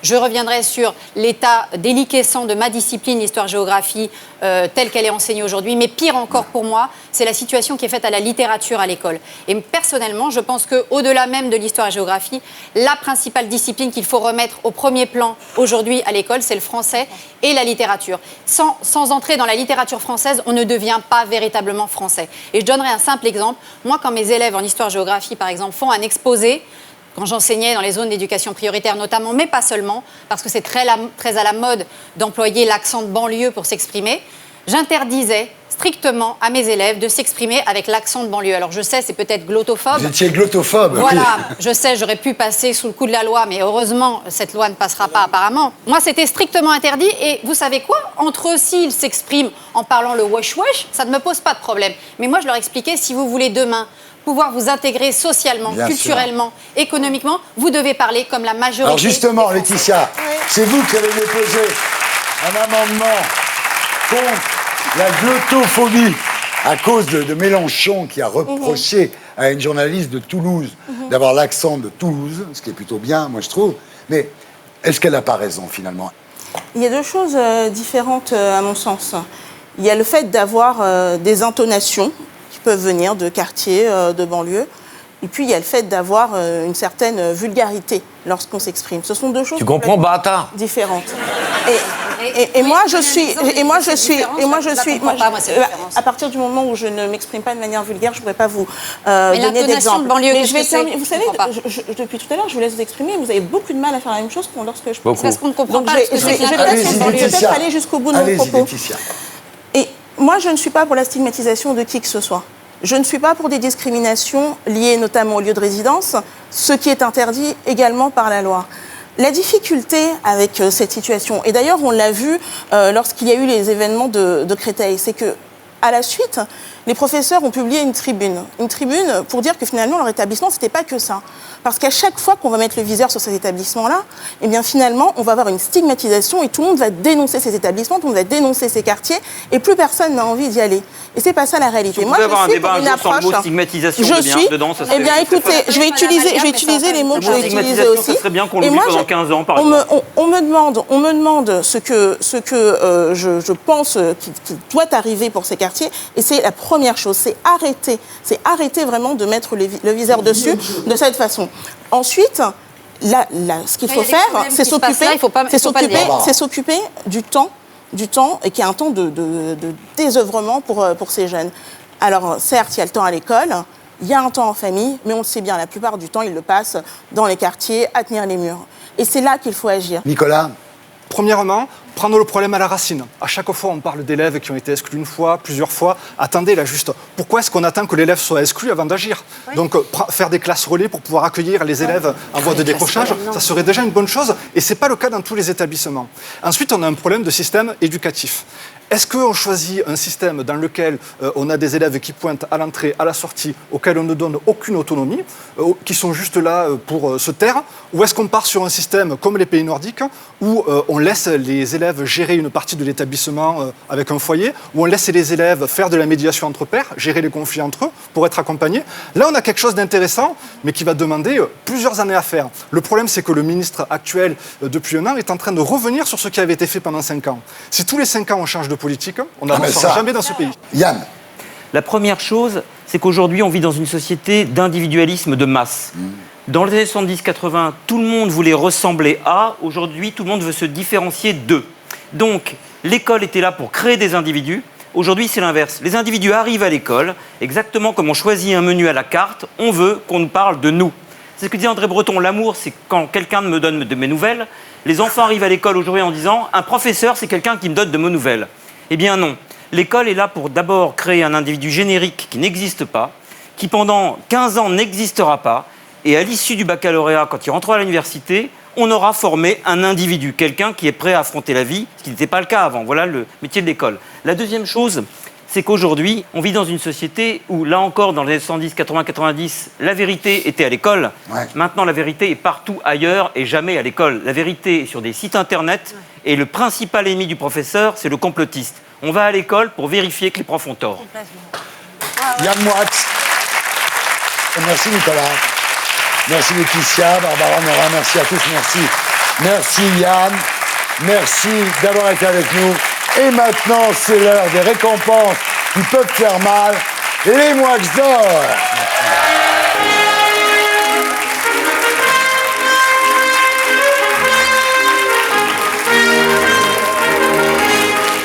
Alors Yann, vos Moix d'or, quel est le thème cette semaine? Le faux, Thierry. Ah, le faux. J'adore tout ce qui est faux. Enfin, on vit dans une époque du faux. C'est vrai, quoi. Complètement. Et oui, alors je vais commencer par un Moix d'or terrible. C'est le Moix d'or de la fausse bonne idée. Et je la donne au loto du patrimoine. Vous avez entendu parler de ça, du loto? Il va pas être content, Stéphane Bern. Oui, justement. Aujourd'hui, l'obsession de Stéphane Bern, c'est de sauvegarder des vieilles pierres, alors que, regardez le problème des migrants, il y a des jeunes vies qui meurent, mais on préfère sauver les vieilles pierres. Par exemple, un château du XIIIe siècle n'habite que des souvenirs. Stéphane Bern oublie que c'est l'avenir qu'il faut abriter et non pas le passé. Il y a un truc que je trouve absurde dans le patrimoine. C'est-à-dire que je crois que dans toutes les civilisations, il faudrait parfois se faire des saignées. Oublier d'entasser les gravats, de sauvegarder les pierres et de collectionner les ruines. Les ruines d'ailleurs qui nous ruinent parce que vu le prix que demande Stéphane Bern pour sauvegarder ça, c'est un cauchemar. Plutôt que de s'obséder sur les châteaux, allez voir ce qui se passe à Paris à Château-Rouge. Plutôt que de s'obséder sur les vieilles chapelles, allez voir ce qui se passe porte de la Chapelle, où des exilés sont en train de crever. Bref, ce que je dirais, c'est que Stéphane Bern est un mort vivant, d'où l'expression d'ailleurs être en berne, alors que les migrants, eux, sont des vivants en train de mourir. Oh là là! Alors, deuxième faussaire, c'est Moix d'or du faux semblant à Jair Bolsonaro. Il y a quelque chose qui m'agace profondément, Thierry, c'est qu'on compare Bolsonaro à Trump. C'est absolument incomparable. C'est exactement comme si Trump-Bolsonaro, on comparait Jean-Marc Ayrault à Goebbels, le jus d'orange au crack, Jean-Pierre Pernaut et Thierry Ardisson, Daniel Gilbert et Audrey Crespo-Mara, Paul Claudel et Rocco Siffredi, Booba et Booba. Booba l'ourson et Booba le rappeur. Alors, remplaçons le schnapps par la caipirinha, remplaçons la nuit et le brouillard par la plage et le soleil, et on a ce que j'appellerais un barbarisme, le copacabanasisme. Ah là là! Laurent Deutsch. Alors lui, je lui attribue le Moix d'or du faux raisonnement. Qu'est-ce qu'il a dit, Laurent Deutsch? Il a dit, je cite, « Aucun intérêt à apprendre l'arabe, puisque la langue française comporte 600 mots d'arabe. » Ah oui. Avec ce genre de raisonnement, comme il y a 40 000 Japonais en France, il n'y a pas besoin d'aller au Japon, par exemple. Alors, par exemple, Thierry, vous savez ce que c'est qu'un dos, de l'expression « j'ai mal au dos », par exemple. Vous savez ce que c'est que l'ami, dans l'ami de pain? Vous avez entendu parler. Quelqu'un de fat, ça vous dit quelque chose? Là, vous demandez où je veux en venir. Oui, fat. Vous connaissez la sole, le poisson, vous aimez ça. Vous avez déjà été là, fatigué, là. Hein. Vous savez ce que c'est une scie, quand vous y êtes. Bon. Tu vas nous montrer ta ré? Non, non, mais oui, alors je viens de fait, do, ré, mi, fa, sol, la, si. Vous n'avez plus besoin d'apprendre le solfège, par exemple, selon Laurent Deutsch. Il y a le mec qui envoie les colis piégés. Alors lui, le mec, j'ai regardé son nom, le mec s'appelle César Sayoc. Alors lui, il envoie, c'est l'inventeur de l'attentat Canada Dry. Il envoie des trucs, mais en fait, ça fait pchit. Il ne s'est rien passé du tout, en fait, dans son truc. Il aurait inventé, par exemple, la Kalachnikov AO, quoi. Un truc qui n'a aucun... Alors, il y a une phrase de Lacan, en plus, parce qu'il a fait ça par amour pour Donald Trump. Il y a une phrase de Lacan que j'adore, c'est « L'amour, c'est donner à quelqu'un qui n'en veut pas quelque chose que l'on n'a pas. » Trump n'en veut pas de son truc. Donc, il fait ça, il va faire 48 ans de prison pour un type qui ne lui a pas demandé de faire ça pour lui. Mais la remarque que j'ai adorée, c'est le FBI. Le directeur du FBI a dit « Il est trop tôt pour parler des motivations du suspect. » J'imagine que le même mec, après Pittsburgh, a dû dire « Il est trop tard pour parler des motivations du suspect. » Alors, ce qui m'a le plus impressionné quand même dans cette histoire, c'est que César Sayoc est l'adresse personnelle de Robert De Niro. Par exemple, moi, je souhaite la mort de Kev Adams, c'est vrai, mais j'ai pas son adresse personnelle. Je plaisante. Oui, il faut dire je plaisante. Nicolas Sarkozy. Alors là, je donne le Moix d'or du faux feuilleton à l'affaire Big Malion. Parce que Nicolas Sarkozy est renvoyé en correctionnel. Alors je trouve que dans cette histoire Big Malion, les scénaristes sont mauvais, l'action est lente, ennuyeuse, les acteurs sont vieux en plus, et on nous avait promis une sorte de Breaking Bad, et on se retrouve un peu dans un Derrick. C'est vraiment le truc, ça commence à sortir les couleurs pisseuses, etc. de l'Allemagne des années 70, avec question pour un champion juste après, bah, ça sent quand même le franchouillard, pas beau. Et ce qui est fascinant avec Sarkozy, c'est que on n'a jamais vraiment saisi ce qu'il avait fait de bien, mais même quand il fait quelque chose de mal, on ne saisit pas. Alors, le policier qui est chargé de la protection de risque de Charlie Hebdo. C'est fascinant parce que le policier chargé de la protection de risque s'est radicalisé. Oui. Alors, on rêvait d'un monde où les radicalisés ou radicalisables allaient se mettre à lire Charlie Hebdo. C'est l'inverse. Tous ceux qui approchent Charlie Hebdo, en fait, se radicalisent. Oui. Choron doit bien rigoler puisqu'on a vraiment l'impression que les locaux de Charlie sont plus à même de radicaliser les gens qu'une mosquée intégriste. Je crois que Choron aurait dit « Les gars, vous êtes en train de vous faire harakiri ». Ah, bravo. Alors, Thierry Ardisson. Ah, mais alors, parce que... le Moix d'or du faucheton à Thierry Ardisson, mon cher Thierry. Vous connaissez Thierry Ardisson? Oui. Je me suis laissé dire que votre série préférée était This Is Us. Alors, vous faites l'interview la plus trash des 15 dernières années en disant que les 4 malédictions du XXe siècle et de ce début du XXe siècle, c'était le communisme, le nazisme, le fascisme et le bisounoursisme. Et vous regardez une série qui s'appelle This Is Us. Ouais. Alors, This Is Us, il faut savoir que la petite maison à la prairie à côté, c'est Massacre à la tronçonneuse. Hein. C'est quoi alors? C'est quoi? Ah, c'est génial. Tu pleures à chaque épisode. Eh bien... Mais tu pleures tout le temps. Ouais. Je trouve que Thierry, vous vous bisounourcisez. Un peu, et qu'à peut-être. tout prendre, je crois que le fascisme, le nazisme et le communisme, vous irez mieux au teint. Oh Yann, merci d'avoir été. Merci beaucoup. À la semaine prochaine. On se retrouve après la pub pour la suite des Terriens du samedi. À tout de suite.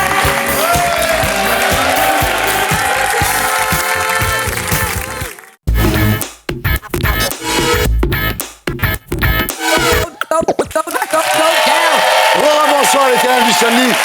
Bienvenue dans l'émission qui vous aide à vous faire votre panthéon. Laurent Baffy est toujours là. Et j'accueille David Ginola, Isabelle Nanty et Maxime Chatham.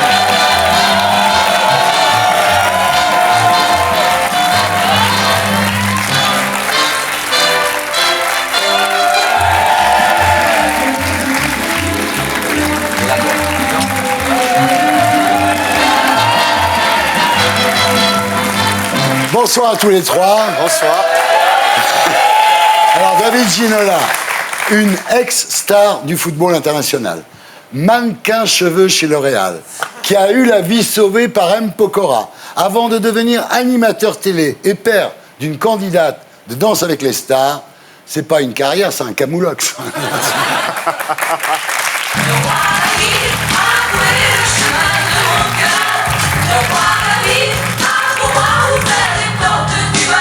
David Ginola, mesdames, messieurs, applaudissez. David Ginola, il a vu la mort en face et il lui a fait un petit pont. Pas fait un petit pont, j'ai fait un bras d'honneur. Oui, un bras d'honneur, vous avez raison, c'est mieux.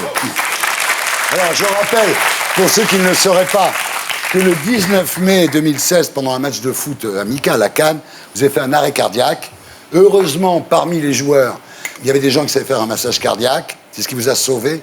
Vous vous rendez compte, vous aviez joué au foot avec Baffy, et il vous aurait touché les couilles. Pour déconner, il aurait agi. Un chapitre peut ranimer aussi. Ah, Hein. c'est ça, ouais. Et là, il y aurait eu une mort subite. Et là, il y aurait eu une mort. Non, voilà. je t'aurais pas lâché. Alors, malgré le fait que tu aies fait un centre trop long. Ah non, non. Ah non, non, non. Alors, non, non.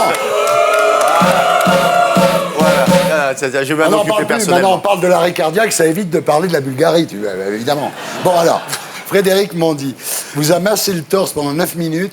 C'est la seule fois que vous êtes fait masser le torse par un mec, rassurez-moi. En y réfléchissant bien, oui, c'est vrai. Parce que moi, ça m'est arrivé, mais j'avais pas fait d'arrêt cardiaque. vous donnez du mal d'ailleurs pour que les gens apprennent à faire des massages cardiaques, parce que c'est vrai que ça peut sauver des vies, la preuve. Il paraît que le mieux, c'est sur le rythme de Sting, là, vous savez ça? C'est le beat derrière. Alors là, si tu mets du Benjamin Biolay, tu meurs. Ou du Brassens. Elle est à toi, cette chanson. On rigole parce que il faut qu'on en rigole un petit peu, mais c'est quand même quelque chose de très sérieux. Et en France, on est tellement en retard que je trouve qu'il faudrait qu'on ait un peu plus de sérieux au niveau de nos politiques et des instances pour un projet de loi qui soit passé, pour qu'on apprenne les gestes qui sauvent dans les écoles, dans les entreprises. On est en retard par rapport à tout le reste de l'Europe et c'est pas normal. La loi Ginola. Survivor. Isabelle Nanty, mesdames, messieurs. Bravo! Il y a un truc. Attention, attention. Astérix, Mission Cléopâtre, Les Visiteurs, Amélie Poulain, Le Bonheur est dans le Pré, Les Profs 1 et 2, Les Tuches 1, 2, 3. 65 millions d'entrées, autant qu'il y a de Français.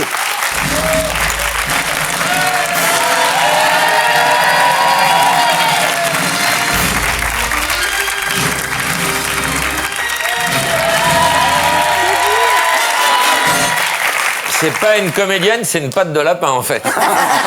Dès qu'elle est dans un film, ça cartonne. Ah, c'est fou, c'est incroyable. Alors il y a une série sur TF1 qui s'appelle Munch, donc on va en parler tout à l'heure. Et là, pareil, 5 millions par épisode, même, des fois un peu plus. C'est absolument incroyable.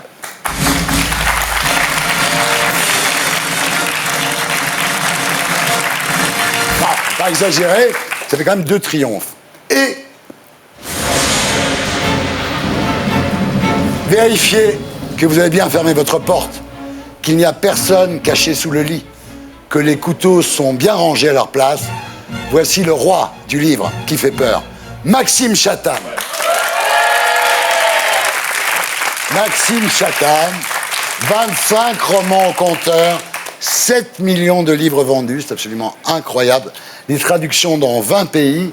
On vous surnomme le Stephen King français, le prince du thriller. Vous publiez chez Albin Michel Le Signal, on va en parler tout à l'heure. Les protagonistes du roman s'appellent les Spencer. Ils ressemblent étrangement au Chatham. Lui est dramaturge, elle était animatrice de télé. Évidemment, on pense à votre femme, Faustine Bollard. Vous n'avez aucune imagination, en fait. C'est ça. En fait, j'ai fait 25 fois le même bouquin. Non, mais c'est vrai, tous les soirs, je faisais lire les chapitres à ma femme qui me regarde en me disant, mais enfin, c'est moi, quoi, et c'est moi. Les gens vont penser que je veux vraiment arrêter mon métier, du coup. Elle ne veut pas arrêter. Mais non, elle veut pas arrêter. Elle devrait. Non, ça marche très bien sur France 2 l'après-midi, c'est vrai. Alors, on ne peut pas dire le contraire. Ça cartonne, même. C'est vrai que Marie de Faustine Bollard, ça fait moins peur que Prince du thriller. Ça, c'est sûr. Ouais, mais il y a une fierté, là, quand même.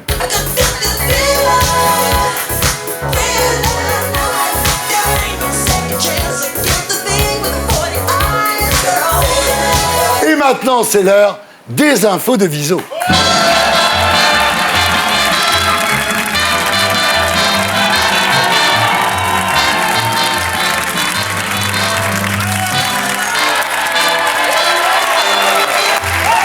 Comment ça va? Mais bien à vous. Ah, ils sont en feu, le public. Ah, tout va bien. Ouais. Tout va bien. Ouais, on est très contents. On est parti? Ouais, on est parti. Jingle.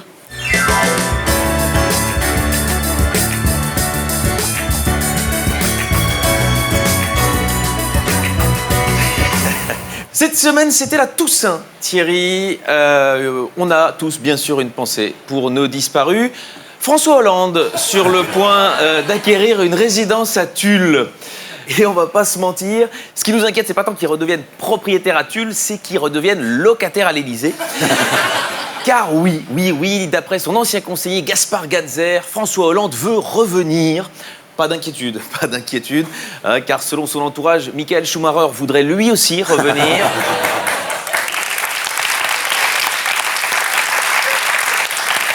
Et pendant ce temps-là, Emmanuel Macron vide son agenda pour se reposer. Il a le droit, lui aussi, à ses vacances de Toussaint, prendre quelques jours pour lui aussi fêter ses morts, le code du travail, les retraites, l'écologie, Alexandre Benalla. Ou pour oublier sa cote de popularité, qui est encore plus basse par rapport à Édouard Philippe. Macron, il va être bientôt moins populaire que Nordal Lelandais. On est loin. Mais il faut le soutenir, Manu, parce que c'est quand même triste pour un ancien banquier quand plus personne t'accorde aucun crédit. Oh là là.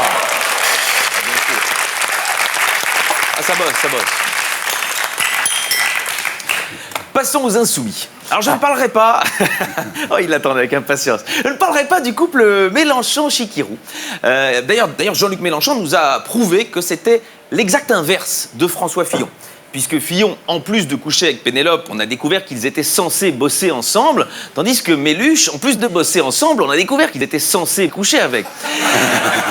Mais je vais parler de l'autre couple, Alexis Corbière et Raquel Garrido, qui ont bénéficié d'aide aux travaux pour ménages très modestes. Vous êtes fiers de vous, Thierry? Laissez vos collaborateurs comme ça, dans la précarité, avec le pauvre salaire que vous donnez à Raquel, elle doit demander des aides sociales, mais faut payer correctement les collaborateurs. Non, ça fait 10 ans que ma fille s'habille chez Emmaüs, vous trouvez ça bien?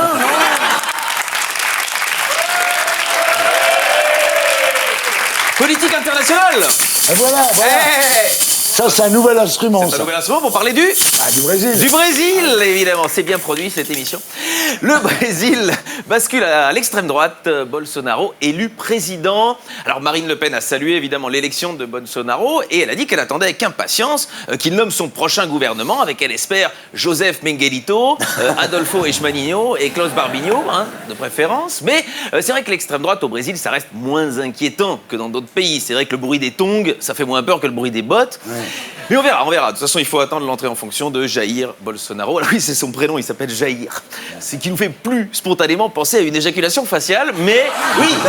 Et d'ailleurs, il y a des ressemblances entre les deux. On s'attend à un gros durcissement et ça va nous piquer un peu les yeux. On voit le mec qui s'y connaît. Il y en a 2-3 raffinés. C'est important. International, toujours avec mon chouchou.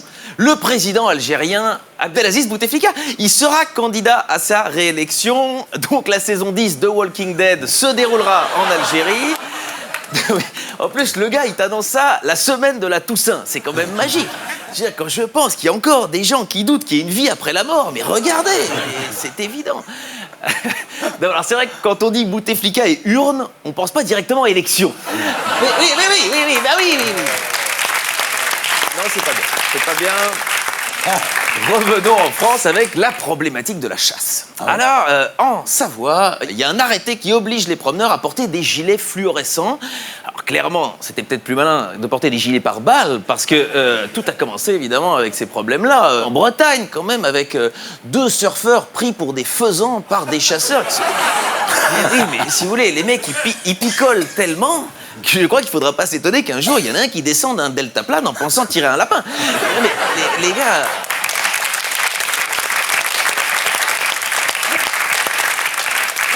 On reste dans les animaux avec cette incroyable découverte à Sydney. Un couple de manchots homosexuels accueille un bébé et l'élève. Là, je pense que Marc-Olivier Fogiel tient le pitch de son prochain bouquin. En tout cas, ça va être drôle à la manif pour tous de les voir défiler contre deux papas pingouins, deux papas pingouins, deux papas pingouins. Animaux encore. Vous faites mes relances, ça fait plaisir Thierry. C'est mon travail en fait. Cette semaine, le Parisien a publié un palmarès, je crois, on l'attendait tous avec impatience, celui des noms de chiens et chats les plus donnés en France en 2018. Et c'est Oslo, Oscar et Nala. Voilà, ça c'est pour la France, parce qu'en Chine, le nom le plus donné aux chiens et aux chats, c'est Menu B6. La bière. Ah ben la bière, mais oui, vous connaissez tout aujourd'hui. Oui, la bière au goût de vagin pourrait débarquer en Suisse. Alors là, on connaissait la bière à la cerise, voilà donc la bière à l'abricot qui arrive. On espère qu'elle sera bien fraîche. Elle est raffinée, celle-là, oui. Elle est finote. Il y en a ou à la figue. C'est quelle la bière à la figue. Oui. Il bosse à France Inter. Ouais, c'est celle que je peux pas refiler. N'hésitez pas. Poète. Non, mais voilà. En fait, il s'agit d'une brasserie polonaise qui propose cette bière brassée et fermentée avec des bactéries vaginales de 2 top modèles. Voilà. Oui, d'accord. Je crois qu'ils ne sont pas encore d'accord sur le nom. Ils hésitent entre 1669, la Lèvre ta culotte ou la Stella Chlamydia. Ils savent pas encore. Là, on est. Là, il y a des niveaux. Là. Allez, les brèves. Spécial Toussaint dans les brèves. Voilà. Petite pensée pour des défunts, à commencer par le rappeur canadien John James, qui meurt en tombant d'une aile d'avion pendant le tournage d'un clip. Et c'est là qu'on se dit qu'à Orly, on aurait peut-être dû les laisser embarquer, Booba et Caris.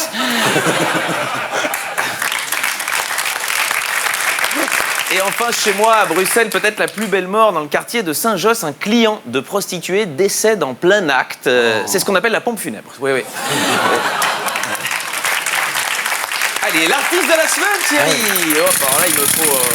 je mets le... Parce que chaque semaine, je propose une petite visite culturelle. Ouais. Cette semaine, l'artiste française Sophie Calle. Ah bah oui, vous connaissez, vous adorez, super. Bah oui, on la voit ici, hein, elle montre sa chatte. Mais alors non, c'est pas rigolo, parce qu'en fait, elle a consacré, justement, on reste un peu dans le thème, une exposition entière à la Galerie Perrotin, c'est jusqu'au 22 décembre, à son chat, qui est décédé. Alors, on va voir la bête. Voilà, on peut voir sur la photo, visiblement, que le chat se demande bien ce qu'il fout là. Le chat qui s'appelle Souris. C'est un peu schizophrénique, hein, comme ça, d'appeler un chat du nom de son opposé. C'est comme si Éric Zemmour appelait sa fille Absatou. C'est pas prévu tout de suite. Et le chat nous a quittés en 2014. Alors on le voit ici, dans son fameux sarcophage. Oui, petit jeu de mots de qualité. Il y a aussi des enfants qui le regardent. Laurent Ruquier sort de ce corps. Oui, j'aimerais autant qu'il y rentre pas déjà. Éventuellement. L'autre partie de l'exposition, donc il n'y a pas que sur le chat, s'appelle Parce que. En fait, elle décline sous la forme de rideaux noirs recouverts de différentes inscriptions, des phrases où il y a écrit Parce que. Et puis vous soulevez le rideau noir et sous le texte, on découvre la photo en rapport. Cette œuvre-ci, on va la voir. Voilà, un exemple concret. Parce que je me demande combien ça coûte. Et puis là, vous soulevez. Alors on ne sait pas, sans doute qu'il doit y avoir une photo des comptes de campagne de Jean-Luc Mélenchon. Mais Sophie Calle, c'est toute une carrière. C'est 40 ans, évidemment, de création. Ouais. Je vais essayer de vous montrer quelques exemples, pas résumés, évidemment. Elle a beaucoup parlé d'elle. Voilà, ici, on la voit en train d'imiter Jean-Marie Le Pen lors d'une soirée Time's Up. Mais Sophie Calle, c'est aussi du quotidien avec cette œuvre, notamment. Elle a fait une performance dans les années 70. Ah, vous la connaissez, celle-là? Voilà, où elle demande à des inconnus de venir passer un certain nombre d'heures dans son lit afin que celui-ci soit toujours occupé. Une performance qui sera reprise dans les années 90 par Carla Bruni, mais alors avec des gens connus à ce moment-là.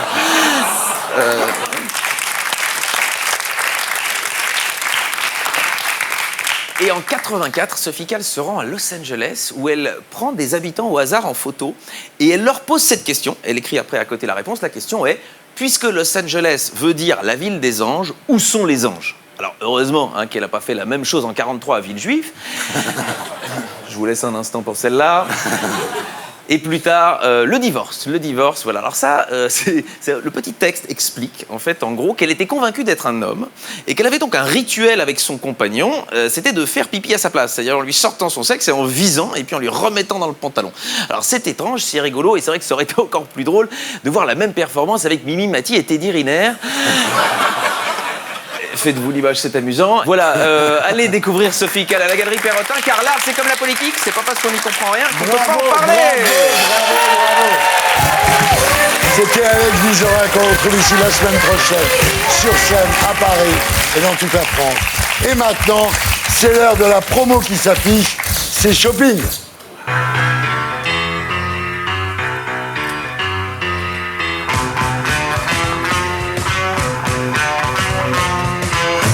Et voilà, un artiste, c'est aussi un code barre.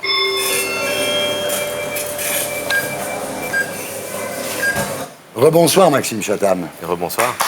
Alors, en cette semaine de la Toussaint, il est évident de recevoir Maxime Chatham, l'écrivain qui réveille les morts, finalement.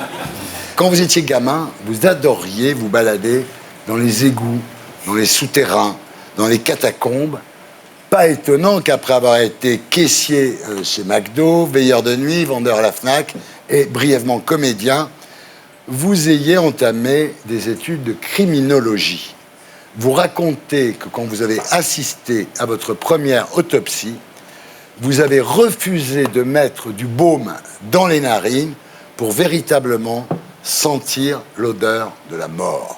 Ouais, c'est vrai ça. C'est dingue. Et vous savez, les légistes et même les enquêteurs vous diront tous, il n'y a que dans les films qu'on fait ça, parce que personne ne fait jamais ça de mettre Ah ouais. Mais non, parce que c'est censé en fait vous ouvrir le nez en réalité, donc c'est pire. Vous avez une odeur de menthol, mais derrière l'odeur du cadavre est encore plus abominable. Ah oui, il vaut mieux l'odeur du cadavre pur. Bah, tant qu'à faire, ouais. Et moi, mon idée, c'était simplement pouvoir décrire. J'aime pas les romans où on vous dit, il rentre dans la pièce, le corps est par terre, l'odeur est abominable, une odeur de putréfaction, ok. C'est quoi une odeur d'un cadavre? J'avais envie de décrire, et pour ça, il fallait le sentir.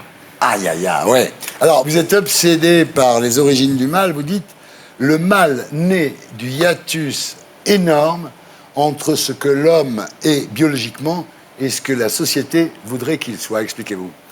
C'est simplement, le meilleur exemple, c'est la société américaine, une société très puritaine dans laquelle il faut être extrêmement fidèle, le rapport à la sexualité est quand même très codifié, il faut être beau avec un corps comme ça, et en même temps, c'est le pays qui produit, qui consomme le plus grand nombre de films porno. Ouais. C'est le pays dans lequel il y a le plus grand nombre de malbouffes, et cette espèce de tiraillement permanent fait qu'à un moment, ça explose chez certains. On nous dit, il faut être comme ça, il faut être un parangon de vertu, et en réalité, on fait fi de tout ce qu'on est biologiquement, animalement. L'un d'exemple, par exemple, c'est la vie de couple. On vous dit, il faut être... Non mais c'est vrai, toute sa vie, il faut être avec la même personne, fidèle, etc. On n'est animalement pas fait pour ça. Donc il faut faire un travail intellectuel pour que ça tienne 30, 40, 50 ans. Et ta femme, elle sait que tu n'es pas fait animalement pour tenir... Elle a l'info ou pas? Alors cette question du mal est centrale dans votre dernier roman, Le Signal, publié chez Albin Michel, Le Mal.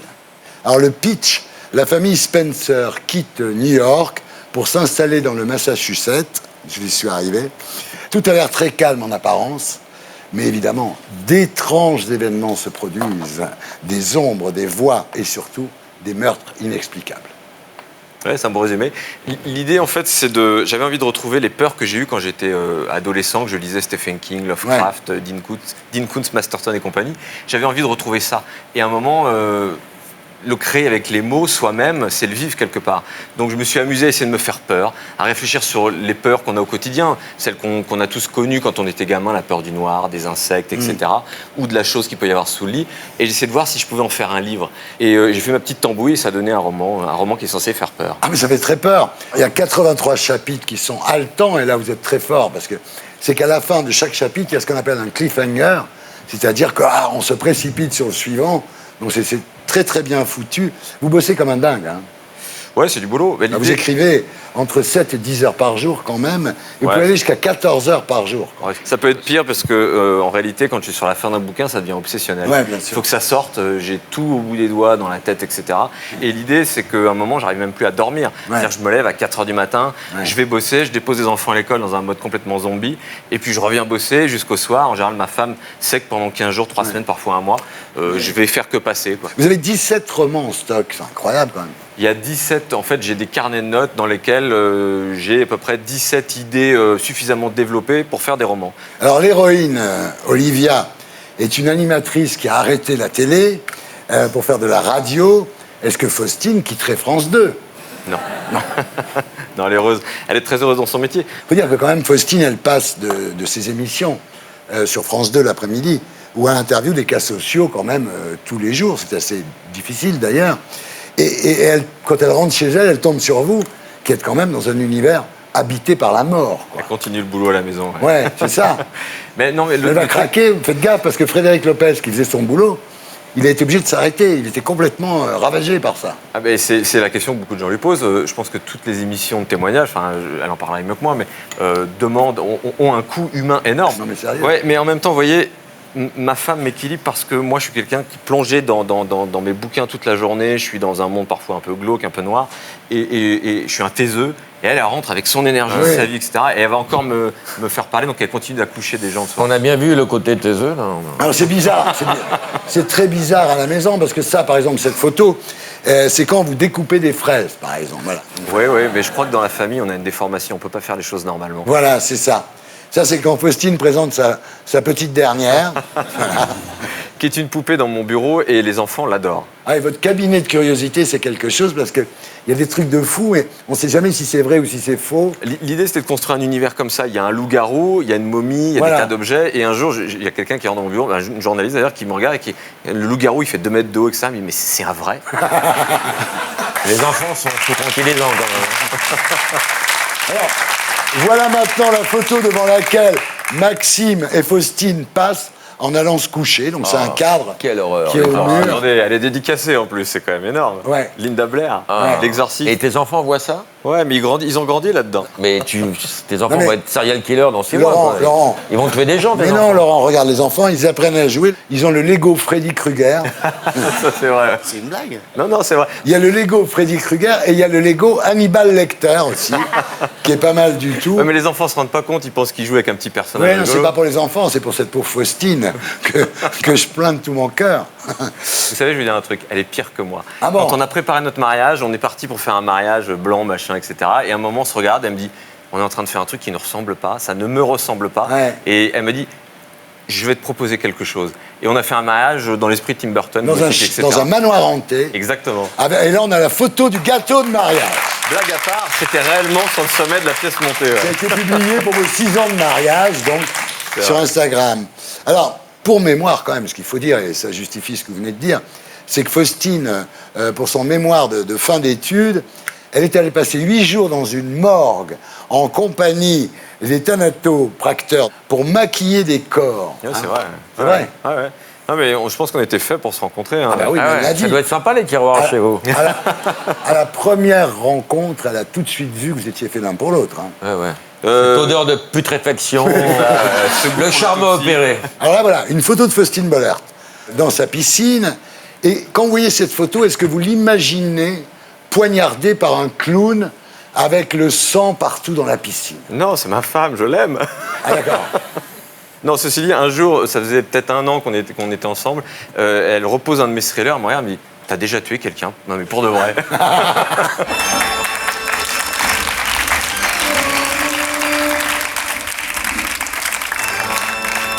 Voilà, on se retrouve après la pub pour la suite des Terriens du samedi. A tout de suite.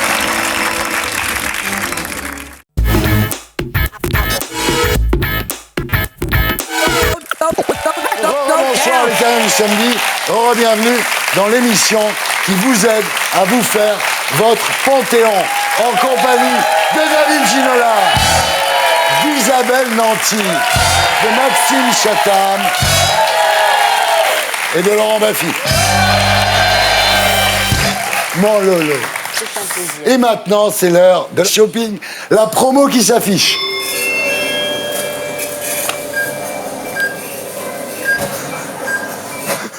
Isabelle Nanty, rebonsoir. Bonsoir. Alors, Isabelle Nanty, vous êtes quand même la seule personne à pouvoir jouer les tuches au cinéma, plus une série judiciaire sur TF1 et faire la mise en scène d'une pièce à la Comédie Française. C'est quand même énorme. C'est une touche à tout. Voilà. Bravo. Et puis tout le monde vous aime en fait. Moi, j'ai du mal. Ah, ouais, tout le monde l'adore. Non, je le sais. J'ai jamais entendu quelqu'un dire du mal d'Isabelle Nanty. Gna gna gna gna gna, super sympa, gna gna gna gna, super généreuse, gna gna gna gna gna, gros lolo. Tout le monde dit du bien de vous. C'est presque énervant. C'est dû à non, quoi mais ça fait du bien d'entendre ça, parce que si vous m'entendiez parler de moi, Ah oui, je sais, mais Alain Chabat, Jean-Paul Rouve, Édouard Baird, C'est sympa. Laurent, mais Bah, c'est des des gens que amis, je surtout. respecte et que j'estime. bah oui, mais parce qu'ils sont doux. Ah ouais. Alors vous êtes ici ce soir pour la série Munch qui cartonne sur TF1, plus de 5 millions de téléspectateurs. Alors TF1, j'ai remarqué en prime time, quand ils mettent des blondes pas trop grandes, ça cartonne. Bah ouais, il y C'est avait un une- truc. Il y avait une lucarne. Alors le pitch, c'est une avocate, c'est vous donc, Munch, qui défend des bonnes causes avec des méthodes très personnelles. Hein. Elle est associée avec Lucien Jean-Baptiste, donc, et elle est secondée par Aurélien Vic et par Tom Villa. Voilà, Et Paloma Cocan. bien sûr. Et comment ça va là, c'était pas l'autre connard qui était dans notre équipe, non? Mais oui. Comment ça va avec Tom? Très bien. Est-ce que quand il est avec vous, il dit du mal de moi ou... Non, absolument pas. Est-ce que vous voulez que je vous prête Baffy pour une série? Ah ouais, avec plaisir. Moi, j'adorerais jouer avec Laurent. Je suis un méchant. Un repris de justice. Un avocat qui soulèverait les jupes des confrères. On regarde à quoi ça ressemble. Magnéto, Serge. On a beaucoup changé ici. Hein. Même que Munch a dit qu'elle arrêterait ses Muncheries. On a dit plus de Muncheries. Elle a pris beaucoup de bonnes résolutions. Elle a même dit qu'on va se soirée dans les couloirs. Ça te dirait une folie munchienne? C'est-à-dire? Si tu veux savoir, tu me suis. Tu te rends compte des risques qu'on prend? Ah oui. Le risque de laisser passer une erreur judiciaire. Monsieur le juge, vous êtes sourd ou quoi? Alors, je vais parler un petit peu plus fort. Ma cliente craint pour sa sécurité. Ça devient une spécialité chez vous, les évadés? Comme pour vous, les erreurs judiciaires. Si t'arrives pas à sauver mon père, il ira en prison. On va arriver à le sauver. C'est quoi ça? Ne dépassez pas les bornes. Bah justement, quand les bornes sont franchies, il n'y a plus de limite. Et voilà, donc ça s'appelle Munch. Alors, la saison 1 a très très bien marché, ce qui fait évidemment qu'il y a une saison 2. Alors dans la saison 2 quand même, autour de l'épisode 4, on va apprendre des choses sur vous. Hein. On découvre un peu sa vie, ses secrets. Voilà. Ben, ouais. Elle a tué des gens aussi, elle n'est pas très nette. Hein. C'est pas elle, mais d'autres, oui. Enfin, oui, il y a quelque chose de voilà. Alors, dans la saison 2, il y a des guests. Il y a Joe Star. Là, on a une photo de Joe Star le jour où il a voulu quitter le tournage. Et ça lui plaisait plus, il a voulu partir, et voilà, donc... En fait, ce qui m'a surpris, c'est que quand je jouais avec lui, je ne pouvais pas être agressive. Ouais. Son regard. Il a un regard d'enfant. Bien sûr qu'il a un regard d'enfant. Un enfant qui sent le rhum, quand même. Hein. Ça arrive. Alors, il y a aussi Stéphane Guillon qui joue votre ex-mari.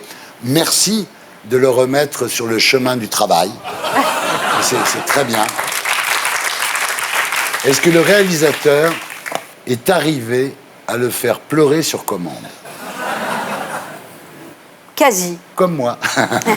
Un jour, mon prince viendra. Ah là là, je sais de quoi vous allez parler. Un jour, on sait.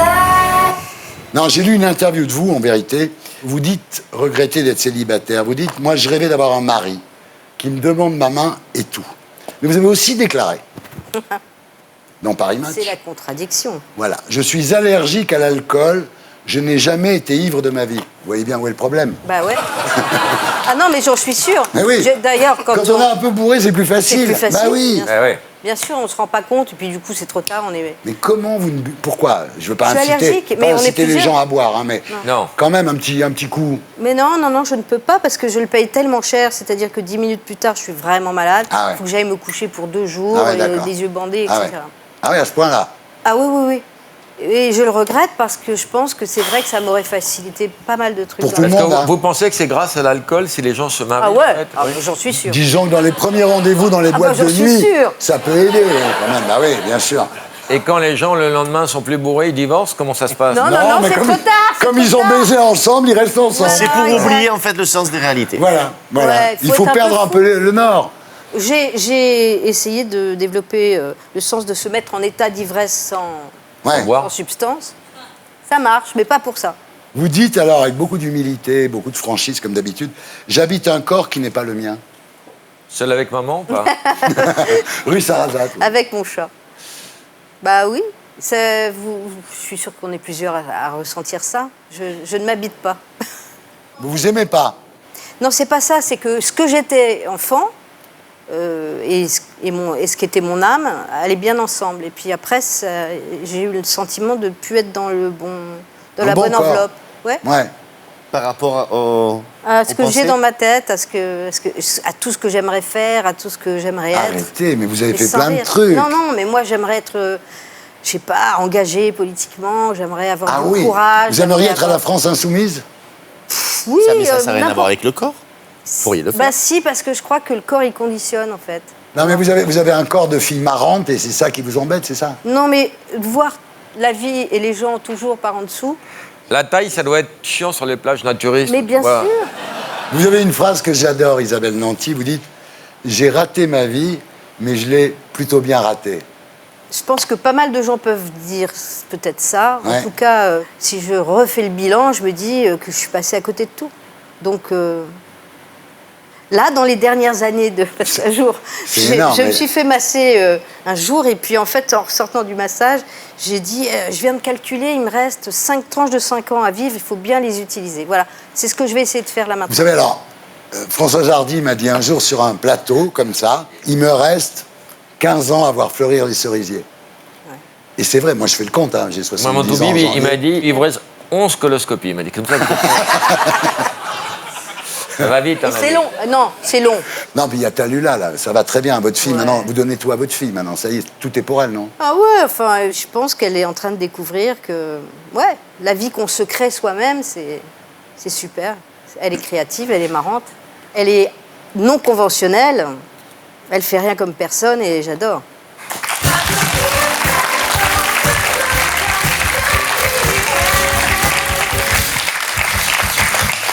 C'est toujours shopping, hein, attention. Hein.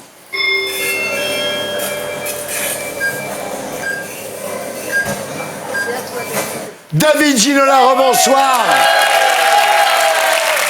D'abord, bravo. On vous a vu présenter la cérémonie de remise de trophée pour la Ryder Cup cette année. Vous étiez parfait. Je ne sais pas si les Français ont véritablement réalisé l'importance de 50 000 personnes. Les gens n'ont pas du tout réalisé ce qui se passait. Je suis d'accord avec vous.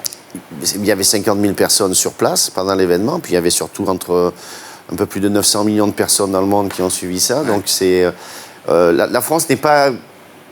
Le golf, ça n'a aucune importance.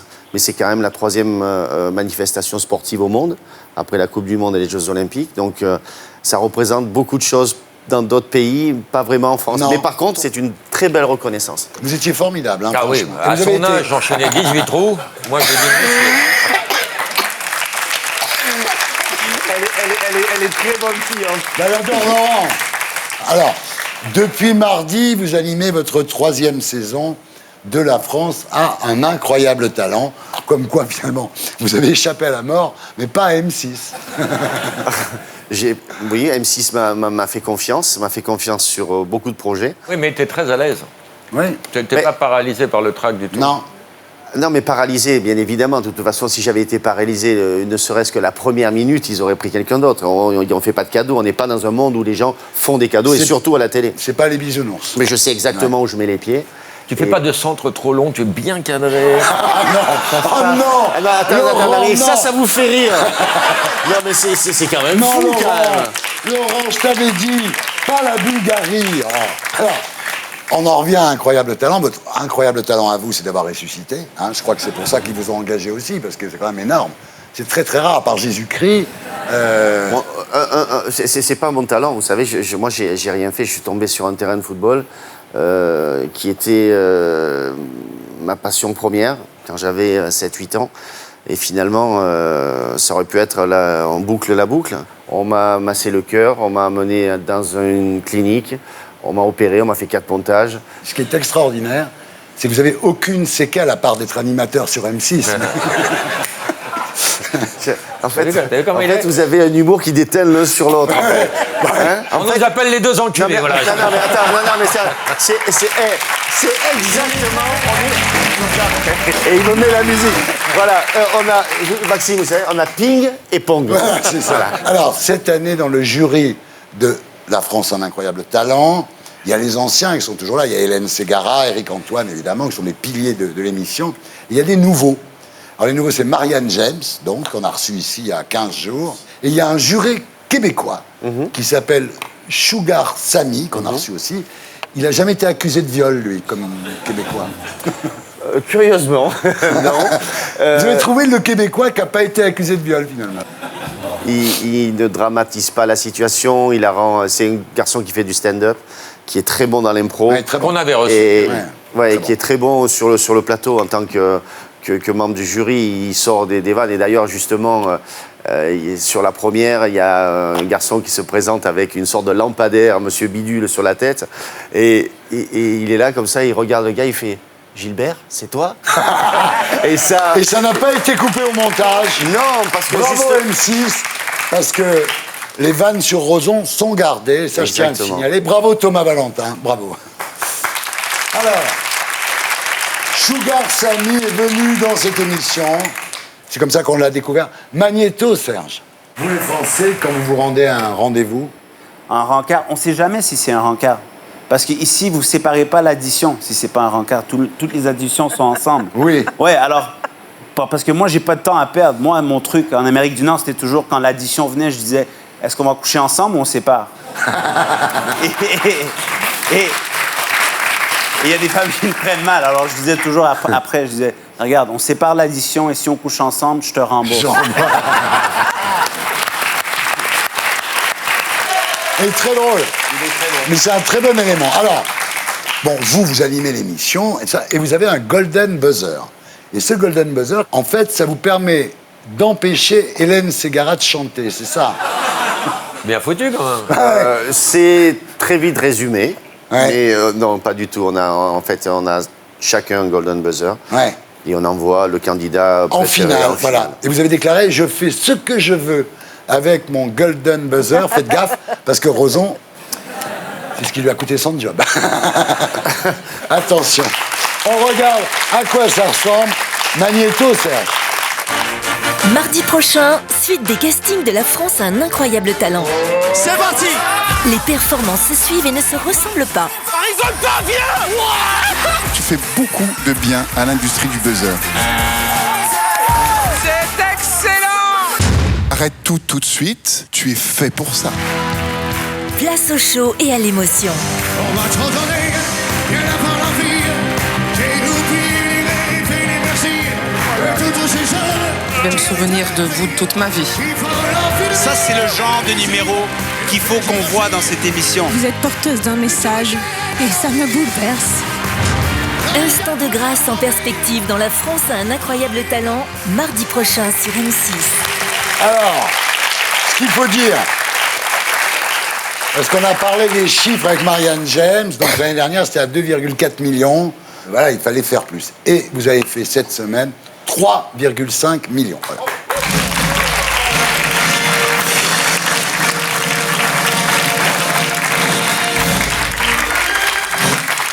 Je tiens quand même à faire une précision. L'année dernière, il y a quand même eu des circonstances particulières. Il a fallu, sur quelques jours, puisqu'on était à quelques jours de la première, remonter toutes les émissions en éliminant Gilbert Rozon de toutes les images, en mélangeant les demi-finales avec les auditions. Et c'est pour ça que c'était un peu brouillon. Un peu bizarre, mais là, traficoté. 3,5 millions, franchement. Et donc, c'était important cette année de repartir sur des bases solides. Ouais. Et je trouve que sur les performances des candidats, ils sont très justes. Très bonne qualité par rapport à d'autres émissions. Il y a un jury, je trouve que c'est très réussi. Par exemple? Non. Alors, on reparle de la Bulgarie ou pas? Pas tout de suite. Je t'en souviens. Oui. Bon, alors... 2 minutes de la fin, un centre trop long. Et là, on rebouche les bouteilles de champagne. Et là, vous savez quoi? Et là, c'est le drame.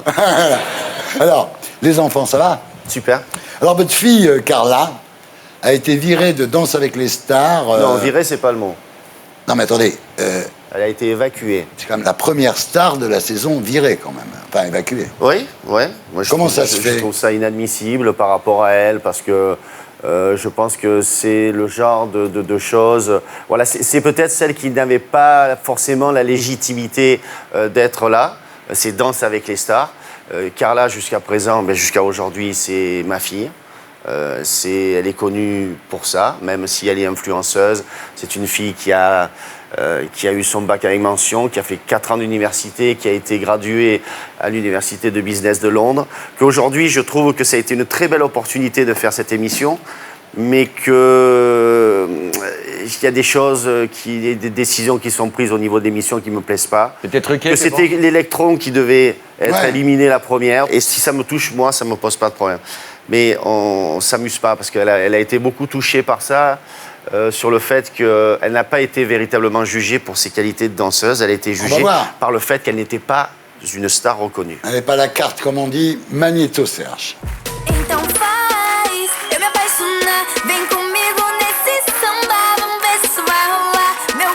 Je laisse le volant, la vitesse augmente, monte le volume, elle est choquante. Ce soir on sort et c'est moi qui chante. Envoie le cachet à tous mes potes qui rentrent et on est 50 motherfuck. Ouais, ce soir on est 50 et on est 50 motherfuck. Ouais, ce soir on est 50. Oh là là, je la sens tellement déçue, la pauvre Carla. Ça s'arrête trop tôt, en plus vous dansez formidablement bien. Franchement, je sais pas quoi dire. J'ai pas quoi dire, c'était pas pour moi, je voulais vraiment rester pour lui. Hier, j'ai fait une vidéo et je disais que Dals, en fait, c'était une vraie famille. Et même si je suis restée que 3 semaines en répétition, on s'attache vraiment aux gens. Et c'était juste incroyable. Et voilà, merci à tout le monde. Merci. Peu cher. Ça fait de la peine. c'est vrai que je ne l'ai pas prévenu suffisamment de ce monde-là. De la violence. Du monde de la télé, du monde de sûr. cette organisation où on vous fait croire des choses et que finalement, à l'arrivée, les choses ne sont pas ce qu'on vous a expliqué. Bien sûr. Ce qu'on va vous dire en face n'est pas ce qu'on Bien va sûr. dire quand vous n'êtes plus là. Alors, il y a le bébé, Ever, donc, la petite dernière. Juste une question. Est-ce que, lors de l'accouchement, quand même, c'était un moment très difficile, parce que, bon, l'accouchement, Pas pour lui, c'est pas jamais... lui qui Oui, d'accord, accouche. mais on est toujours inquiet. Est-ce que vous avez demandé à Frédéric Mandy d'être là, au cas où? J'ai vécu un moment exceptionnel, Thierry, parce que c'est vrai que quand on a des enfants à 24-25 ans, on est soi-même un bébé, surtout dans le milieu du football, où on est assisté de A à Z. Et c'est vrai que d'avoir un enfant à 50 ans, on réalise des choses qu'on n'avait pas forcément réalisées plus tôt dans sa vie. sûr. À 24 ans, on est égoïste, on pense qu'à soi. À 50 ans, je ne dis pas qu'on ne l'est plus, mais on devient plus ouvert sur les autres. Et c'est vrai que je remercie ma femme d'aujourd'hui, Maëva, de m'avoir donné cette chance. Elle est extraordinaire.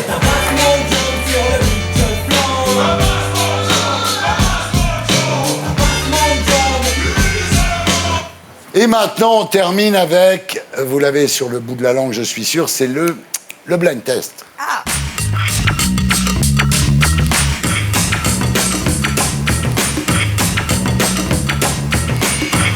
Alors, Chatham, vous êtes prêts, là? Je vous ai jamais vu au blind test, mon cher Maxime. On est avec le spécialiste. C'est quoi le thème?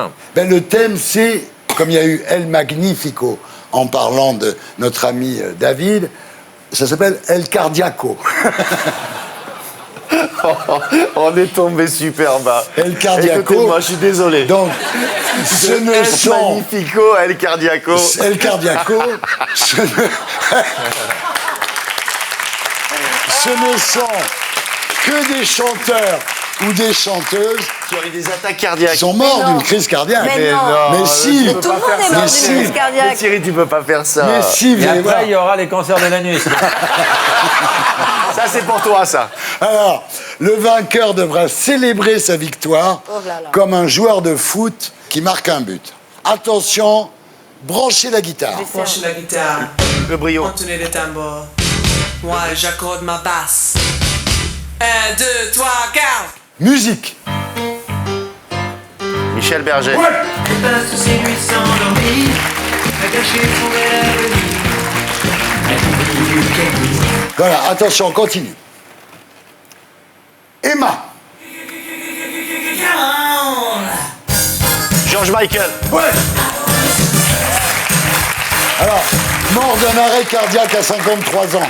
À chaque fois, je vais donner les dates de la mort parce que c'est encore plus drôle. C'est la semaine de la Toussaint, mais c'est spécial Toussaint, évidemment. Et de la cardiologie, donc. Tu te fais une pierre de coups. Attendez, juste une question. Et l'arrêt du tabac. Sur l'émission, vous m'avez invité par rapport à Incroyable Talent ou parce que c'est la Toussaint?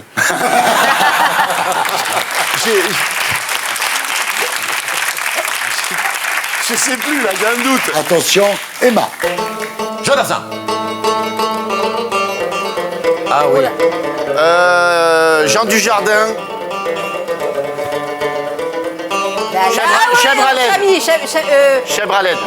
Non, il est mort là. Ah oui, Sarajita. Ouais, bravo. Je sentais qu'il allait y arriver. C'était pas loin. J'adore cette chanson. Ah, elle est belle. Bravo Isabelle. Rachid Taha, qui est mort d'une crise cardiaque à l'âge de 59 ans. Attention, Emma. Ah, David Bowie. David Bowie. J'ai honte. C'est bon, je suis fan. Et voilà, David Bowie, il avait eu 6 attaques cardiaques et bon finalement, il est mort d'un cancer. Ouais. C'est con. À 69 ans. Ouais. Attention, Emma. Je connais pas. Moran. Moran. Mort d'une crise cardiaque à 59 ans. Emma. Jonathan. Ouais, Jonathan, bravo. Mort d'une crise cardiaque à 62 ans. Non. Mais non. Le tennis, c'est Michel Berger. Non, mais les deux, il avait fait un tennis Ah aussi bon à Tahiti. À Tahiti. Je peux juste poser une question à Maxime. Ça te fait quoi d'être dans ton environnement, là? C'est quand même quelque chose d'extraordinaire. C'est-à-dire qu'il dit rien depuis tout à l'heure. J'observe. Il écoute tout le monde parler de... Lui, il est mort là, il a eu... Mais lui, attends. Non, mais il a trois attaques, il est mort du cancer. Non, c'est juste qu'il trouve pas les chansons, en fait. Attention, ça, c'est très compliqué. Emma. Ah, ben oui, c'est... Palmer. Robert Palmer. Non. Robert Palmer qui est mort d'une crise cardiaque à... À quel âge il est mort? 59 ans. Non, c'est moins. 48. Non, c'est plus. 53 au fond, madame, ce n'est plus vous. 53. C'est un peu plus. Non, il est mort à 54 ans. Et le point, David Ginola. Voilà. Merci, tout. Every kind of people. Il est fort, hein. Emma. Oh, les Bee Gees. Les Bee Gees, Oui, bravo. mais c'est lequel qui est mort? Mais lequel est mort? Andy et Maurice, les deux sont morts d'une crise cardiaque. Ah ouais, les deux. L'un avait 30 ans et l'autre 53 ans.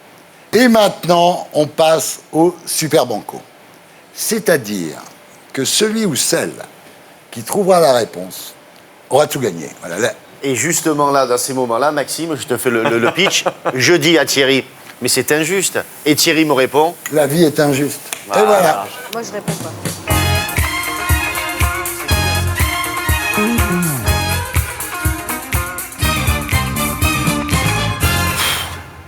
Et l'attention, hein. Emma.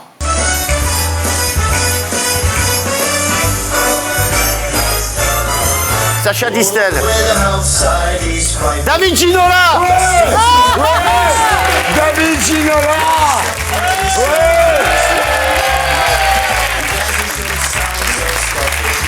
Et alors? David Ginola, qui n'est pas mort d'une crise cardiaque à 49 ans. Non mais, tu te vois pas finir en crooner, non? Non. Mais tu te vois pas finir? Non, j'adore. Ça y est, il se réveille. Je vais le taper, je vais Bon. te taper. Et maintenant, David Ginola va célébrer sa victoire comme un joueur de foot. Imagine que t'es marqué le Imagine but. que t'es bien centré. Laurent.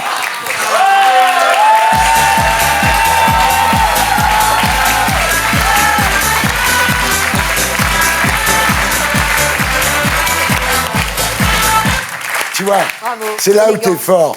Parce que les gens, quand je leur... Ils se courent dans tous les sens, ils font comme Mbappé, ils s'atterrissent sur les genoux. Toi, tu fais... Tu vois, bravo. Replay, Serge.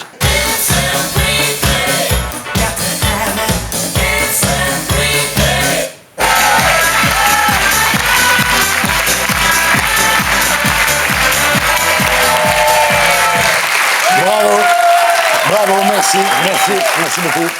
Voilà, c'était les Terriens du samedi avec Philippe Devilliers, David Ginola, Isabelle Nanty, Maxime Chatham et Laurent Baffy.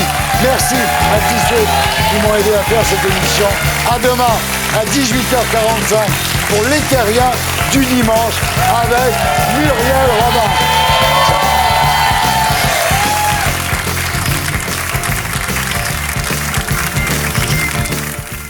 Et pour être sûr de ne rien rater de Inarditube, abonnez-vous et mettez un pouce bleu.